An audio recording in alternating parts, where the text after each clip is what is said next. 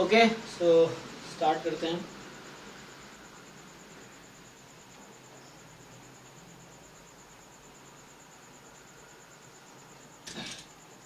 तो अभी कैसे कंटिन्यू करना है, तो वैसे एप्टीट्यूड तो ऐसे थ्योरी पढ़ाना बहुत वो है, मतलब इतना सारा कौन थ्योरी पढ़ाएगा, क्योंकि बेसिक्स ही होता है ना। तो एक बार पीवाईक्यूज देख लो।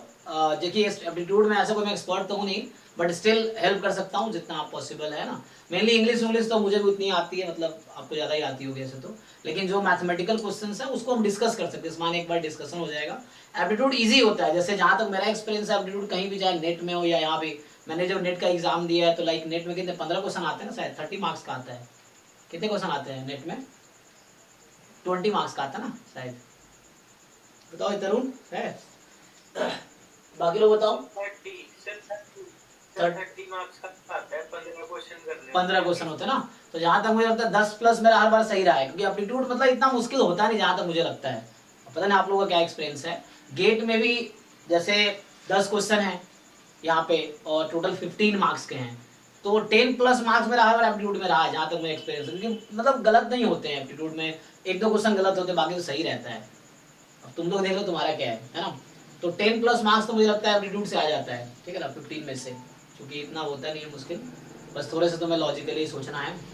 तो एक बार पीवाईक्यू कर लो, इसके बारे में तुम्हें समझ आ जाएगा गेट में कैसे क्वेश्चन पिछले 5 साल में आए एप्टीट्यूड के, वो डिस्कस कर लेते हैं हम लोग। और उसके बाद मैं स्टोकेस्टिक प्रोसेस स्टार्ट करूंगा इसी में, तो इसमें बहुत ज़्यादा टाइम लगेगा नहीं, एक सप्ताह से कम में ही हो जाएगा मुझे लगता है। फिर स्टोकेस्टिक प्रोसेस स्टार्ट करेंगे, स्टोकेस्टिक के बाद फिर नॉन पैरामेट्रिक, फिर मल्टीवेरिएट, और फिर जिस ऑर्डर में सिलेबस में है। तो पहले उसमें है ना स्टोकेस्टिक प्रोसेस ही है, तो स्टोकेस्टिक से स्टार्ट करेंगे, ठीक है। तो आप लोग सॉल्व वो डीए एनालिसिस में जो है ना, वो काउंटेबल अनकाउंटेबल से कुछ चीजें, हाँ सिलेबस के हिसाब से करेंगे, डोंट वरी, मैं सिलेबस के हिसाब से ही पढ़ाता हूँ। तो मेरा जो तरीका मैं सिलेबस देख के ही पढ़ाता हूँ, क्योंकि वैसे सारा ज्ञान नहीं होता है, तो मैं सिलेबस देख के ही पढ़ाता हूँ। तो डोंट वरी, जो जो टॉपिक एक्स्ट्रा रहेगा वो सारा कवर होगा, डोंट वरी। तो जैम का अगर आपने कवर किया तो JAM is base for the GATE exam. Base क्या मतलब, सफिशिएंट भी है ऐसे तो, मतलब बेस भी है और सफिशिएंट भी है क्वालिफाई करने के हिसाब से, ठीक है ना।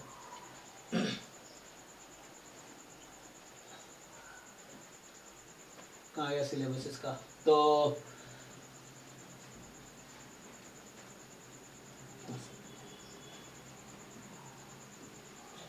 इसमें कहाँ से आएगा, यहाँ पे ना, paper and syllabus.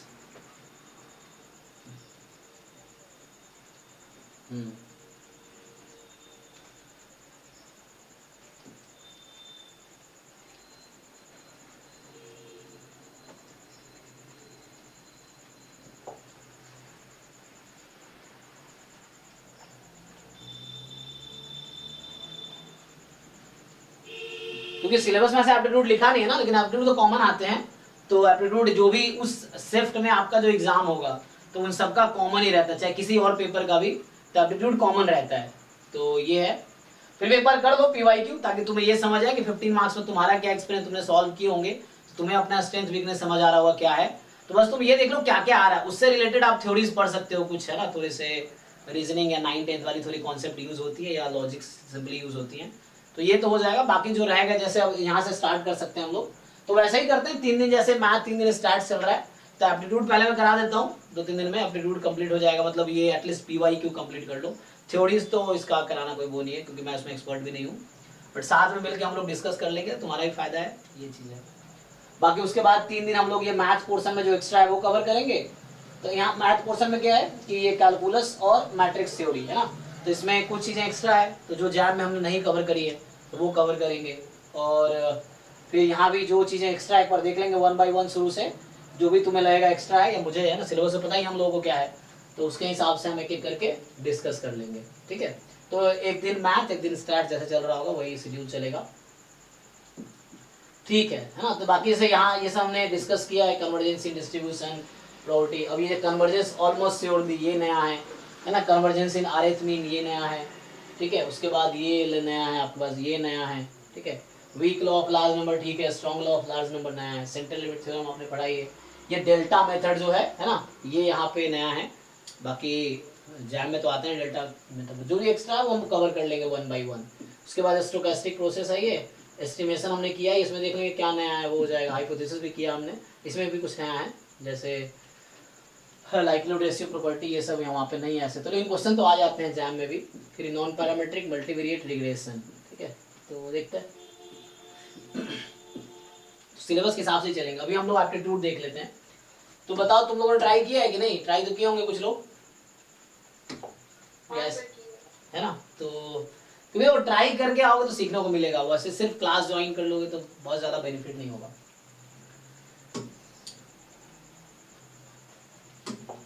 Sir ji sir जो ज्योमेट्री वाले क्वेश्चंस होते हैं ना, मतलब वो उसमें फॉर्मूले यूज करने रहते हैं, उसमें दिक्कत होती है। ठीक है, आप पूछो जो क्वेश्चन। अभी तो गेट का पर्टिकुलर, ये गेट का ही बैच, अब सिर्फ गेट वाले बच्चे ज्वाइन करेंगे तो यहाँ आप लोग नेट वाली चीजें भी डिस्कस कर सकते हैं, गेट और नेट की, क्योंकि मुझे भी समाउ सीखना ही है। मतलब पढ़ाने का मेरा पर्पस ये नहीं कि सिर्फ पैसे कमाने हैं, मैं एक्चुअली पढ़ाई इसलिए रहा हूँ, सीख ही रहा हूँ, क्योंकि वैसे मैं प्रोफेशनली ट्यूशन टीचर में बनूंगा नहीं, मतलब ये जब तक मेरा PhD चल रहा है तब तक ये चल रहा है, वो ऐसा है। तो वैसा मेरा कोई पर्पस टीचिंग है, तो पढ़ाने का मेरा पर्पस सीखना ही है। तो हम लोग नेट वाली चीजें भी, नेट में एप्टीट्यूड आता है, वहाँ भी सॉल्व करो, हम डिस्कस कर सकते हैं। ऐसा नहीं बोलूँगा मुझे सब आता है, लेकिन ना साथ में हम लोग डिस्कस कर सकते हैं, क्योंकि मेरा एक्सपीरियंस आपसे बेटर है, ये तो होगा ही, क्योंकि मैं इतने सालों से है ना पढ़ा रहा हूँ तो। और नेट का पहली बार मैंने नेट का एग्ज़ाम दिया था 2016 दिसंबर में, जब मैं MSc फर्स्ट ईयर में था, तभी मेरे JRF क्लियर हुए थे, 132 रैंक उस टाइम था, मतलब MSc फर्स्ट ईयर में हो गया था, बिना तैयारी वारी के हो गया था, वो जैम की प्रिपरेशन के बेस पे, क्योंकि जैम रिसेंटली जैम दिए थे 6 महीने पहले ही, तो उसी जैम के अकॉर्डिंग मेरा हो गया था। तो ऐसा है, मेरे साथ सबका हो गया था, IIT दिल्ली में जो भी लोग मेरे साथ थे सबका ऐसे ही हो गया था, ऐसे ही, क्योंकि इतना मेहनत करके जैम में आए थे तो वैसे ही हो गया था, कोई तैयारी वारी करना नहीं पड़ा, वैसा है। फिर उसके बाद फिर मैं एक्चुअली जब PhD मुझे करना था, अभी रिसेंटली 2020 में एग्ज़ाम दिया था मैंने, कोविड में, 21 में आई थिंक, 21 के एग्ज़ाम हुआ था फरवरी में, क्योंकि वो डिले हो गया था, दिसंबर 2020 वाला था, उसमें मैंने दिया था, तो मेरे 130 मार्क्स आए थे। 200 के एग्ज़ाम होते हैं ना, तो 130 था, उसमें मेरे 50 रैंक थे। 2020 के नेट के एग्जाम, 2020 दिसंबर वाला एग्ज़ाम कोविड की वजह से डिले होके वो फरवरी 2021 में हुआ था, तो उसमें मैंने दिया था, तो उसमें मेरे 130 मार्क्स थे आउट ऑफ ना 200, तो उसमें मेरे 50 रैंक था उस टाइम JRF का, तो उसके बेसिस मेरा PhD यहाँ एडमिशन हुआ है गेट में, IIT खड़गपुर में, उसी रैंक पे। तो वैसा है, तो मतलब नेट मैंने तब से 2017 से 16 से लेके 16, 17, 18, 19, 20, 21, ये 4-5 साल में देता ही रहा हूँ समहाउ जस्ट टू एग्जाम। उससे पहले मैं कैरियर में पढ़ाता भी था, तो वहाँ जैम और गेट का हम लोग मैं पढ़ा, थोड़ा कंटेंट पे काम करता था, तो इसलिए मैं इस फील्ड में मतलब बहुत दिनों से हूँ जैम गेट में, तो वो एक्सपीरियंस मेरा आपसे ज़्यादा होगा, है ना, तो ये हम इसमें थोड़ा हेल्प कर सकता हूँ मैं आपका। तो यहाँ पे नेट और गेट की चीज़ें हम डिस्कस कर सकते हैं, ठीक है, और बाकी मुझे भी सीखने को मिलेगा ये।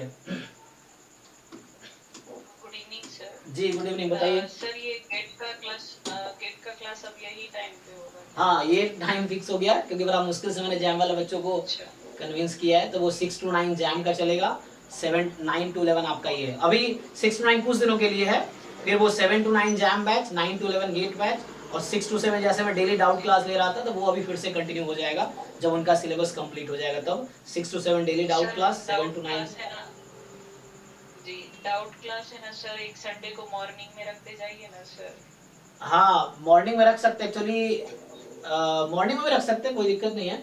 ये मेरा एक तो ऑनर 9 बजे उठता है सो के, मैं यहाँ रहता नहीं हूँ, ये सेटअप मेरा खड़गपुर कैंपस के बाहर है, मैं हॉस्टल में रहता हूँ, तो यहाँ से क्लास के बाद मैं जाता हूँ, यहाँ से 2 किलोमीटर दूर है, तो मैं क्लास, मेरे पास बाइक है, तो मैं जाता हूँ रात को 12 बजे यहाँ से जाते हैं, जैसे फिर सुबह फिर आना थोड़ा वो होता है, तो इसीलिए मैंने शाम को कर दिया। कर सकते हैं सुबह, पहले शुरू में लिया था मैं 2-3 क्लास सुबह, फिर सुबह उठना बड़ा मुश्किल होता है, मैं 8-9 बजे उठता हूँ, 8 बजे। नहीं सर, सिर्फ संडे को अगर आप रख देंगे ना, तो मतलब मुझे मतलब वो टाइम सूट नहीं हो रहा है। अच्छा 6 to 7 में आपको प्रॉब्लम है? हाँ 6 to 7 के लिए प्रॉब्लम है सर। तो कोई नहीं, आप 9 to 11 में डाउट डिस्कस करो, इसी में आधे घंटे डाउट डिस्कस कर सकते हैं हम लोग, आज लास्ट के आधे घंटे या पहले आधे घंटे आप इसमें डिस्कस करो। ठीक है सर, ठीक है। सर जी सर जैसे कि जैम का बैच 2 में कंप्लीट नहीं हुआ है सिलेबस, हम फिर गेट के लिए हम 9 से 11 आते हैं, तो हाँ उसमें थोड़ी लंबा हो जाता है, 5 घंटे ज़्यादा हो जाता है। या फिर नहीं ज़्यादा नहीं सर, हाँ पढ़ना तो है सर, लेकिन कुछ अगर हमें ना आए क्योंकि ना सिलेबस की वजह से हम कुछ गेट के कॉन्सेप्ट्स अगर नहीं कर पाए, क्वेश्चंस नहीं कर पाए, तो वजह से ऐसा कुछ दिक्कत हो सकता है क्या? नहीं, फिर से क्वेश्चन रिपीट करो मैम, बोल गया। हाँ सर मतलब गेट का हम अभी सिलेबस शुरू करने वाले हैं यहाँ 9 to 11 पे, जी। तो उससे पहले तो जो बच्चे जैम का पूरा सिलेबस खत्म कर चुके हैं वही गेट के लिए आ रहे हैं? नहीं और, नहीं, हम कितने बैच 2 वाले भी हैं यहाँ? आप भी कंटिन्यू करो, कोई दिक्कत नहीं है। कोई दिक्कत? हाँ हाँ, देखो कभी अच्छे दिन का इंतजार नहीं करते, जब से जो चल रहा है तभी से कंटिन्यू करो। तो अभी आप बस सीखने में फोकस करो, कोई प्रॉब्लम नहीं, वहाँ भी चल रहा है उसको भी कंटिन्यू करो, ये होगा। वहाँ नहीं भी हुआ तो भी कोई दिक्कत नहीं है। अभी मैं ऐसा कुछ पढ़ाने, ये एप्टीट्यूड क्या है, ये बिल्कुल इंडिपेंडेंट है बाकी सब चीज़ों से। ये एप्टीट्यूड पोर्शन, उसका कोई रिलेशन नहीं, आपने जैम का सिलेबस किया नहीं किया, इसका कोई रिलेशन नहीं है उसके साथ, है ना। बट ये कि एक बार प्रैक्टिस आप कर लो, ताकि क्योंकि 15 मार्क्स का ही आता है, 15 मार्क्स ऐसे बहुत है, क्योंकि 25 मार्क्स में बताता हूँ मेरे पास अभी, जैसे अभी गेट के जो बच्चे आए, आप लोग एक्सपीरियंस होगा ही। जैसे मुझे बच्चा जब फर्स्ट टाइम कॉल करते हुए बताता है कि सर पिछले 3 साल से गेट दे रहा हूँ, कभी 18 नंबर आए, कभी 15 नंबर आए, कभी 20 नंबर आए, कभी 22 आए, 25 क्रॉस ही नहीं हो रहा, जबकि मुझे सब आता है। तो ऐसे बच्चे बताते हैं। मैंने कहा बात तो सही है, तो थ्योरीज आपको आता है लेकिन क्वेश्चन नहीं आता ना करना, या आप करके गलत करके आते हो तभी तो मार्क्स कट रहे हैं आपके। तो 25 अगर स्कोर नहीं कर पा रहे तो मतलब ये आपको ढूंढना पड़ेगा कहाँ दिक्कत है। दिक्कत कहाँ है? प्रॉब्लम सॉल्विंग स्किल में, वो आपको इंप्रूव करना है। और प्रॉब्लम सॉल्विंग स्किल तो चलो बाद में आता है, पहले तो कॉन्सेप्ट भी क्लियर कुछ लोगों के नहीं होते हैं, कुछ लोगों को लगता है कि उन्हें आता है लेकिन उनको एक्चुअली आता नहीं है ना। ऐसे मैं क्लास में भी फील करता हूँ, ये बच्चा है ना क्लास में अक्सर बताते हैं तो समझ आता है कि हाँ इनको लगता है कि इनको आता है, लेकिन इनको आता नहीं है पूरी तरह से। इस तरह से आधा अधूरा आता है, मतलब हाफ कॉन्सेप्ट पता है, पूरा नहीं पता। एग्जाम में वहीं पकड़ेंगे, क्योंकि मैं टीचर हूँ ना, तो मुझे पता है बच्चा कहाँ फंसेगा। तो क्वेश्चन में वैसे ही बना हुआ जहाँ फंसे हुए, आपको लगेगा कि आपको आता है लेकिन एग्जाम में गलत करके आओगे आप। ये चीज़ें हैं, क्योंकि हमें पता है कहाँ बच्चा फंसेगा। तो वैसे सेम एग्जाम, एंट्रेंस एग्जाम में यही होता है, क्योंकि वो इतना आसान तो पूछेंगे नहीं कि सब कर ले, तो उनको एलिमिनेट भी करना है। तो ये चीज़ है, तो आपको वही थोड़ा लेवल इंप्रूव करना है, उसके लिए प्रॉब्लम सॉल्व करना है। तो ये जैसे मैंने दिया, आपने 50 क्वेश्चन थे, अब आप में से बहुत सारे लोगों ने कर ही लिया होगा, 50 के 50 ट्राई किए होंगे, कुछ ऑब्वियसली डाउट तो आया ही होगा, ऐसे नहीं सारे हो जाएंगे। तो ये है, तो बस आपको यही देखना है कि आपके एग्जाम में भी 10 क्वेश्चन एप्टीट्यूड के आएंगे गेट 2024 में भी। तो वो आप कोशिश करो 10 में से 15 मार्क्स के कम से कम आप कोशिश करो 10 प्लस यहाँ से स्कोर कर लो, कोशिश करो जितना हो सकता है, ठीक है। तो पहले एक आइडिया हो जाता है। आप अगर 5 पेपर आपके पास है, आप घर पे बैठ के सॉल्व करके देखो, आपको आइडिया हो जाएगा अभी क्या लेवल है आपका। पीवाई को सॉल्व करके दिख जाता है लेवल कि ये अभी मेरा ये लेवल है, फिर आपको उसको इम्प्रूव करो, ये चीज़ें हैं, ठीक है। आपने कैसे स्टार्ट की थी सर स्टडी नेट के लिए? देखो मेरी PYQs किए या फिर कैसे किए सर? मेरी लाइफ थोड़ी अलग है। मैं बताया ना, मैं पिछले 13 साल से पढ़ा रहा हूँ, मतलब मैं 2010 से पढ़ा रहा हूँ। तो मैंने किसी एंट्रेंस की तैयारी नहीं की है, इवन जैम की भी तैयारी नहीं की, क्योंकि जब मैं जैम का तैयारी करता उस समय IIT JEE पढ़ा रहा था। तो मेरा ऑलरेडी इतना बेस स्ट्रॉन्ग उस टाइम ही था कि मुझे जैम की भी तैयारी नहीं करनी पड़ी। तो ऐसे ही एग्जाम दे दिया और हो गया, ऐसे करके। नेट का भी ऐसे ही फर्स्ट ईयर MSc में था, दे दिया, हो गया। गेट का भी ऐसे ही था, तो ऐसा कोई मैंने प्रिपरेशन नहीं किया। पिछले साल भी ऐसे ही जहाँ पढ़ा रहे थे, गेट का मैंने पिछले साल एग्जाम ऐसे ही दे दिया बिना कोई प्रिपरेशन के, तो ऐसे ही 3rd रैंक आ गए। तो मेरा थोड़ा अलग है कि मैं पढ़ाता रहा हूँ तो चीज़ों से मैं कनेक्टेड हूँ। जैसे आप लोगों का क्या है, कुछ लोग जो नहीं पढ़ाते हैं तो बहुत सारे बेसिक कॉन्सेप्ट भूल जाते हैं। जैसे फॉर एग्जाम्पल मान लो सिलेंडर के वॉल्यूम की फॉर्मूला, जैसे कल ही क्लास में था, वॉल्यूम सिलेंडर के वॉल्यूम का फॉर्मूला आ गया, तो भूल जाते हैं, क्योंकि 9th-10th में था, बीच में कहीं जरूरत नहीं पड़ी। लेकिन जो टीचिंग में मान लो 9th, 10th, 11th, 12th जो पढ़ा रहा है, तो उसको ये नहीं बोलेंगे बेसिक चीज़ें। तो मेरा थोड़ा वो स्टोरी रहा है कि मैं कहीं ना कहीं, जब मैं MSc फर्स्ट ईयर में था IIT दिल्ली में, तब मैं कैरियर एंडेवर में पार्ट टाइम जॉब करता था, शाम को 2 से 5 या 2 से 6 में वहाँ जॉब करता था, कैरियर एंडेवर दिल्ली में जो है। तब भी दिल्ली में क्लासेस में सुबह 8 से 12 1 बजे तक अटेंड करता था, बाकी मैं शाम को जॉब करता था। तो मेरा थोड़ा ऐसा रहा है कि मेरी तैयारी पढ़ा के होती रही है, या जॉब के थ्रू ही होती रही है। तो मैं कभी अलग से तैयारी किया नहीं, बस तैयारी में जब किया भी हूँ तो मैं सीधा PYQ से स्टार्ट करता हूँ। मेरा स्ट्रैटेजी होता है PYQ में पहले ये देखो कि मेरा क्या लेवल है और एग्जाम का क्या लेवल है, ताकि वो कंपैरिजन हो जाए कि मुझे कितना इंप्रूव करना है ना। तो ये चीज़ें, तो आप PYQ सॉल्व करके तो आपको समझ आ जाएगा। कोई PYQ उठाओ एज अ मॉक टेस्ट, अब देखो कि मतलब नेट का ही कर रहे हो या गेट का भी कर रहे हो, आप देखो ना सॉल्व करके कि 100 मार्क्स का गेट का पेपर है, अभी आप कितना स्कोर कर पा रहे हो। 23 का ही पेपर सॉल्व करके देख लो, 3 घंटे बैठ के आप खुद से ऑनेस्टली बैठ के देख लो, आपको दिख जाए कितने मार्क्स आ रहे हैं। तो वो आपका एक्चुअल लेवल है। 24 में भी अगर इंप्रूव नहीं करोगे तो उतने ही मार्क्स आएंगे।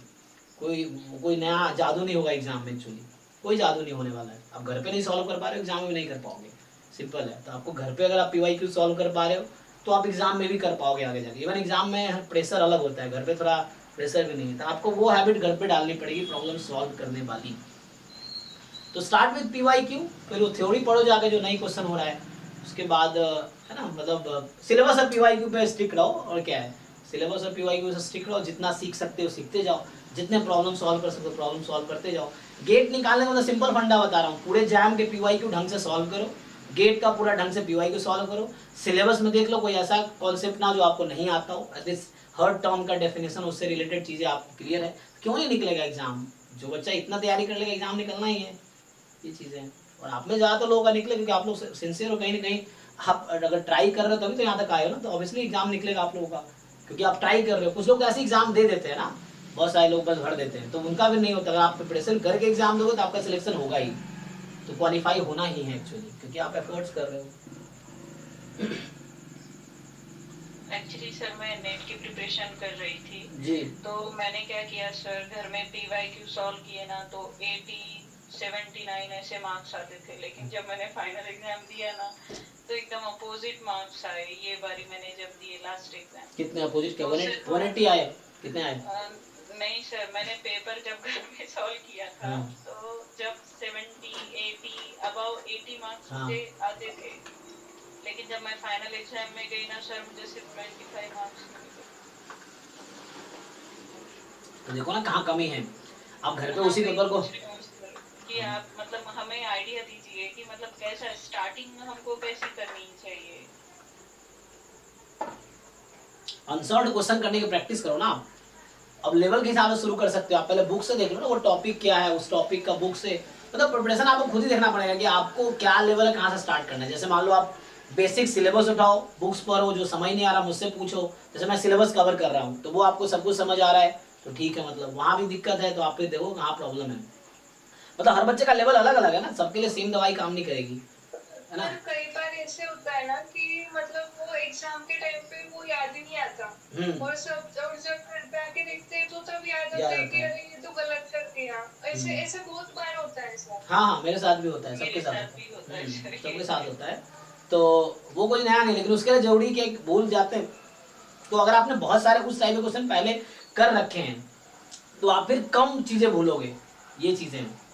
तो उसके लिए आप जैसे मॉक टेस्ट अभी चल रहा है, मान लो जैम वाला ही मॉक टेस्ट चल रहा है, आप वो सॉल्व करते कर ही रहे होंगे आप लोग, तो देते रहो एग्जाम, है ना। मतलब बोलो जैम का ही पूरा चीजें जो है मैं कवर तो 100 मार्क्स का करूंगा ही, लेकिन एटलीस्ट जैम वाली जो टेस्ट में जो चीजें चल रही है, कुछ टेस्ट पर्टिकुलर गेट का भी होगा, जो गेट स्पेसिफिक है ना वो होगा, मतलब गेट के पूरा 100% सिलेबस का मॉक टेस्ट। कुछ टेस्ट में 5-10 टेस्ट तो इसका करवाऊंगा, ये होगा अभी बाद में। बाकी अभी जैम वाला आप अटेम्प्ट करो, जैम में 100 टेस्ट जैम के होंगे तो वो आप अटेम्प्ट करो, उससे सीखो ये चीजें हैं। मैथ्स पोर्शन पे वर्क करो, मैथ्स पे भी वर्क करो आप, क्योंकि कुछ लोग सिर्फ स्टैट्स पे डिपेंडेंट रहते हैं। मैथ्स पे भी थोड़ा वर्क करो क्योंकि वो हेल्प करेगा आपको स्टैट्स के क्वेश्चन सॉल्व करने में। जो इंटीग्रल के कॉन्सेप्ट हैं वो सब जॉइंट में हेल्प करता है ना, इस तरीके से, तो हेल्प करेगा आपको उस तरह से। और टॉपिक वाइज प्रिपरेशन करनी चाहिए या सर टोटल मतलब पेपर ही सॉल्व करना? नहीं, वो शुरू में टॉपिक वाइज करो। वो तो मैं बोल रहा हूँ पीवाईक्यू सॉल्व करना स्टार्ट कब करो, ईयर वाइज, जब आपके सिलेबस कंप्लीट हो। मैं तो उनके लिए बोलता हूँ जिनको लगता है कि एक बार सिलेबस ओके है तब पीवाईक्यू करके देखो कि आपका क्या लेवल है। अगर आपको सिलेबस की चीजें ही नहीं पता है बिल्कुल डेफिनेशंस, तो पीवाईक्यू करने कोई आप कर ही नहीं पाओगे। फिर तो आप ऐसे ही जैसे 10-15 नंबर आएंगे वैसे ही होगा। जब आपके एक बार आपने सिलेबस कवर कर लिया, लाइक जो भी सिलेबस में वर्ड्स लिखे उसके बारे में एक बार पढ़ लो आप बुक से, या किसी कोचिंग के नोट्स है या बुक है, बुक सबसे अच्छा रहता है। बुक में एक एक पढ़ो, एग्जाम्पल सॉल्व करो, वो देखो। फिर आपने एक बार सिलेबस कर लिया तो आपको लगा जैसे टॉपिक्स पता है आपको, अब आप पेपर सॉल्व करके देखो, previous year paper topic wise या ईयर वाइज। तो पहले टॉपिक वाइज करो आप चीजों को, उसके बाद ईयर वाइज पे आओ। ईयर वाइज तब करो जब आपके पास सारे कॉन्सेप्ट क्लियर, वरना क्या होगा आपको ये समझ ही नहीं आएगा क्वेश्चन किस चैप्टर का है। अगर आपके कॉन्सेप्ट सारे सिलेबस आपने कंप्लीट नहीं किए हैं, आप जब क्वेश्चन पढ़ोगे तो आपको ये समझ नहीं आएगा ये क्वेश्चन किस टॉपिक का है। कभी कभी क्या होता है सर कि मतलब उसके शॉर्ट ट्रिक्स पता नहीं होते क्वेश्चंस के, और उसके लिए टाइम है ना बहुत ज्यादा चले जाता है। मेरा सेट के लिए भी वैसा ही हुआ था, 165 पे क्लोज हुआ, 160 मुझे मार्क्स आए सर। तो मतलब टाइमिंग जो हो रहे हैं ना, मतलब शॉर्ट ट्रिक्स जो मुझे यूज करनी चाहिए वो मुझे नहीं आ रहे, सडनली याद ही नहीं आ रहा है, वो कंसेप्ट ही याद नहीं आ रहा है। तो कंसेप्ट को याद रखने के लिए मतलब कुछ है क्या सर? क्वेश्चन सॉल्व करो ना पहले से। एग्जाम में ऐसा तो कुछ ऐसा आ गया जो आपने कभी देखा ही नहीं होगा, वो वर्ड्स ऐसे तो वर्ड्स आएंगे नहीं कुछ ऐसा, तो उसके लिए क्वेश्चन सॉल्व करो पहले से। आप घर पे बहुत सारे क्वेश्चन प्रैक्टिस करो, बहुत सारे क्वेश्चन सॉल्व करो, उससे रिलेटेड टॉपिक वाइज असाइनमेंट मिल जाए, बुक के क्वेश्चन, एक्सरसाइज के क्वेश्चन है या मटेरियल है या पीवाईक्यू टॉपिक वाइज करो, या बाद में ईयर वाइज करो। ऐसे अचानक क्यों भूल जाएंगे? जब घर पे हम सॉल्व करके जाएंगे तो क्यों भूल जाएंगे? मैं तो देखता हूँ नेट का PYQ, मैं देखता हूँ हर साल मुझे लगता है सेम ही क्वेश्चन आता है। मुझे तो ऐसा लगता है नेट JRF में कि हर साल क्वेश्चन सेम ही है, बस इधर उधर थोड़ा हो रहा है, ऑलमोस्ट सेम ही चीजें आती हैं हर साल।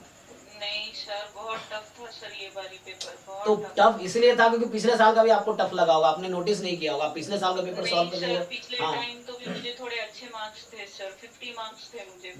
तो 50 क्यों होते? जब आसान थे तो 100-200 में 150 क्यों नहीं आए? वो मतलब मुझे अटेम्प्ट करने आए, मुझे इसलिए लगा कि मतलब वो as compare to last one, उसके पहले जो हुआ वो एग्जाम इजी था। तो इजी टफ से कोई ज्यादा मतलब नहीं है। आपका जो लेवल है उसके हिसाब से ही हर बार मार्क्स आएगा। पेपर इजी आ जाएगा तो कट ऑफ ऊपर चली जाएगी, तब भी आपका सिलेक्शन नहीं होगा। ये चीज है, अगर पेपर इजी आ गया तो सबके अच्छे मार्क्स आएंगे तो कट ऑफ उसके हिसाब से डिसाइड होगी। फिर पेपर डिफिकल्ट है तो उसके हिसाब से कट ऑफ नीचे जाती है, तो बात बराबर ही रहता है फिर भी। तो समहाउ आपको अपना लेवल इंप्रूव करना। आप ये वेट मत करो कि एग्जाम का लेवल गिरेगा, आप अपना लेवल इंप्रूव करो। कंपटीशन है, क्रिएटिव प्रिपरेशन करनी है आपको। आप पीवाई, जो बच्चा पिछले 10 साल के नेट या गेट के पेपर इजीली सॉल्व कर पा रहा है घर बैठ के, अगर 200 में 150 नंबर ले आता है 3 घंटे बैठ के, तो एग्जाम में ऐसे अचानक कैसे हो जाएगा 25 नंबर आएगा एग्जाम में? नहीं सर, मुझे 70-80, मैं बोल रही हूँ ना सर, मेरा फर्स्ट पेपर जो था मतलब जो जनरल एप्टीट्यूड के थे उसमें 12 क्वेश्चंस करेक्ट हुए। मैंने लीनियर अलजेब्रा और कॉम्प्लेक्स एनालिसिस और डिफरेंशियल इक्वेशन और अप्लाइड स्टैटिस्टिक्स का पार्ट किया था सर मैंने। तो उसमें क्या हो गया सर कि कुछ कुछ ऐसे क्वेश्चंस थे कि मतलब मुझे सडन याद नहीं आ रहे थे, मतलब उसको कैसे शॉर्ट फॉर्म में करूं सॉल्व। तो वो डिटेल में जाने की वजह से एक तो टाइम मेरा बहुत ज़्यादा वेस्ट हो गया, और दूसरा टॉपिक मुझे याद नहीं आ रहा था कि मतलब इसमें कौन सा यूज करना है, कैसे करना, जम्बलिंग बहुत हो रहा था। प्रैक्टिस की कमी है आपकी, इसलिए ऐसा हो रहा है। ये चीज़ प्रैक्टिस क्वेश्चंस करो आप, है ना। सारे पीवाई को ढंग से सॉल्व करो पहले ईयर वाइज, लेकिन सिलेबस कंप्लीट करने के बाद, ठीक है ना। चलो मैं यहाँ से स्टार्ट करता हूँ। अभी इंग्लिश होने से तुम्हें आता ही होगा, तो इंग्लिश का क्या देखना है बाकी बताओ। जो लोगों ने ट्राई किया सीधा क्वेश्चन नंबर बताओ, देखते हैं। या एक ही क्वेश्चन डिस्कस करो, क्या कहते हो? ट्राई करके आओ तो थर्ड वाला। अच्छा हाँ, तो इस तरह क्वेश्चन हम डिस्कस है मैथ्स वाला ना, इससे इजी रहता है। देख लो तुम में से भी आता होगा ना, तो बता देना क्या कह रहे, रेडियस ऑफ हाँ हो गया। हाँ ठीक है, अभी देख लेते हैं इनका क्या इसमें डाउट है। तो कह रहा था radius as well as height of a circular cone increase by 10%। अब जैसे कोन है ना, रेडियस 10% इंक्रीज हो गया, हाइट भी 10% इंक्रीज हो गई, दोनों ना, रेडियस और हाइट दोनों इंक्रीज हो गई। तो बोल रहा है परसेंटेज इंक्रीज इन वॉल्यूम। अब आपको यही देखना है कि इसमें क्या क्या चीजें जो आपको नहीं पता है, अगर कोई बच्चा नहीं कर पाएगा तो आपको देखना है क्या चाहिए आपको, परसेंटेज इंक्रीज इन वॉल्यूम। तो पहले तो कोन के वॉल्यूम का फॉर्मूला जरूरत पड़ेगी इसमें, है ना। फिर परसेंटेज इंक्रीज का फॉर्मूला की जरूरत पड़ेगी। बताओ भाई कैसे करोगे तुम लोग? सर मैंने किया है। हाँ वॉल्यूम लिया है 1/3 पाई r स्क्वायर h। हाँ ये है ओरिजिनल वॉल्यूम। जब वो 10% इंक्रीज करेगा तो वो वॉल्यूम होगा 1.1 r होगा क्या, मतलब 10% होता तो। हाँ ठीक है, हाँ सही है। उसके बाद फिर उसके बाद उसको वो 0.1 r लिया और 1.1 r लिया और 1.1 h लिया। फिर उसको उसका भी वॉल्यूम निकाला। तो फिर वो जो V2 होता है, मतलब जो एक्स्ट्रा वॉल्यूम वाला है, वो V2 माइनस V1, मतलब जो ओरिजिनल वॉल्यूम है उससे माइनस करके क्या मैं कर रही थी, पर हो नहीं रहा, मतलब कुछ अलग ही आ रहा है। क्या लगा रहे हैं सर यहाँ पर क्या परसेंटेज में बोला है, तो इसलिए कुछ मतलब ठीक ठाक, मतलब तो उससे ही आ जाएगा ना। न्यू वॉल्यूम जो आएगा उसमें से ओरिजिनल वॉल्यूम माइनस कर लेंगे, divided by original volume into 100। तो फॉर्मूला परसेंटेज चेंज का फॉर्मूला आपको वही बोला हूँ, इसमें जरूरत है कि परसेंटेज इंक्रीज का फॉर्मूला बताओ आपको, या परसेंटेज चेंज का फॉर्मूला बताओ आपको। तो क्या होता है, जो वैल्यू आया जैसे आपने कहा V2 minus V1 upon V1 into 100, ये आ जाएगा।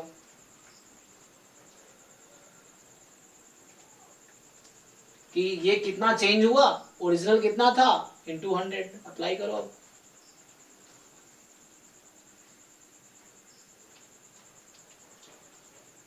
हो जाएगा कि नहीं?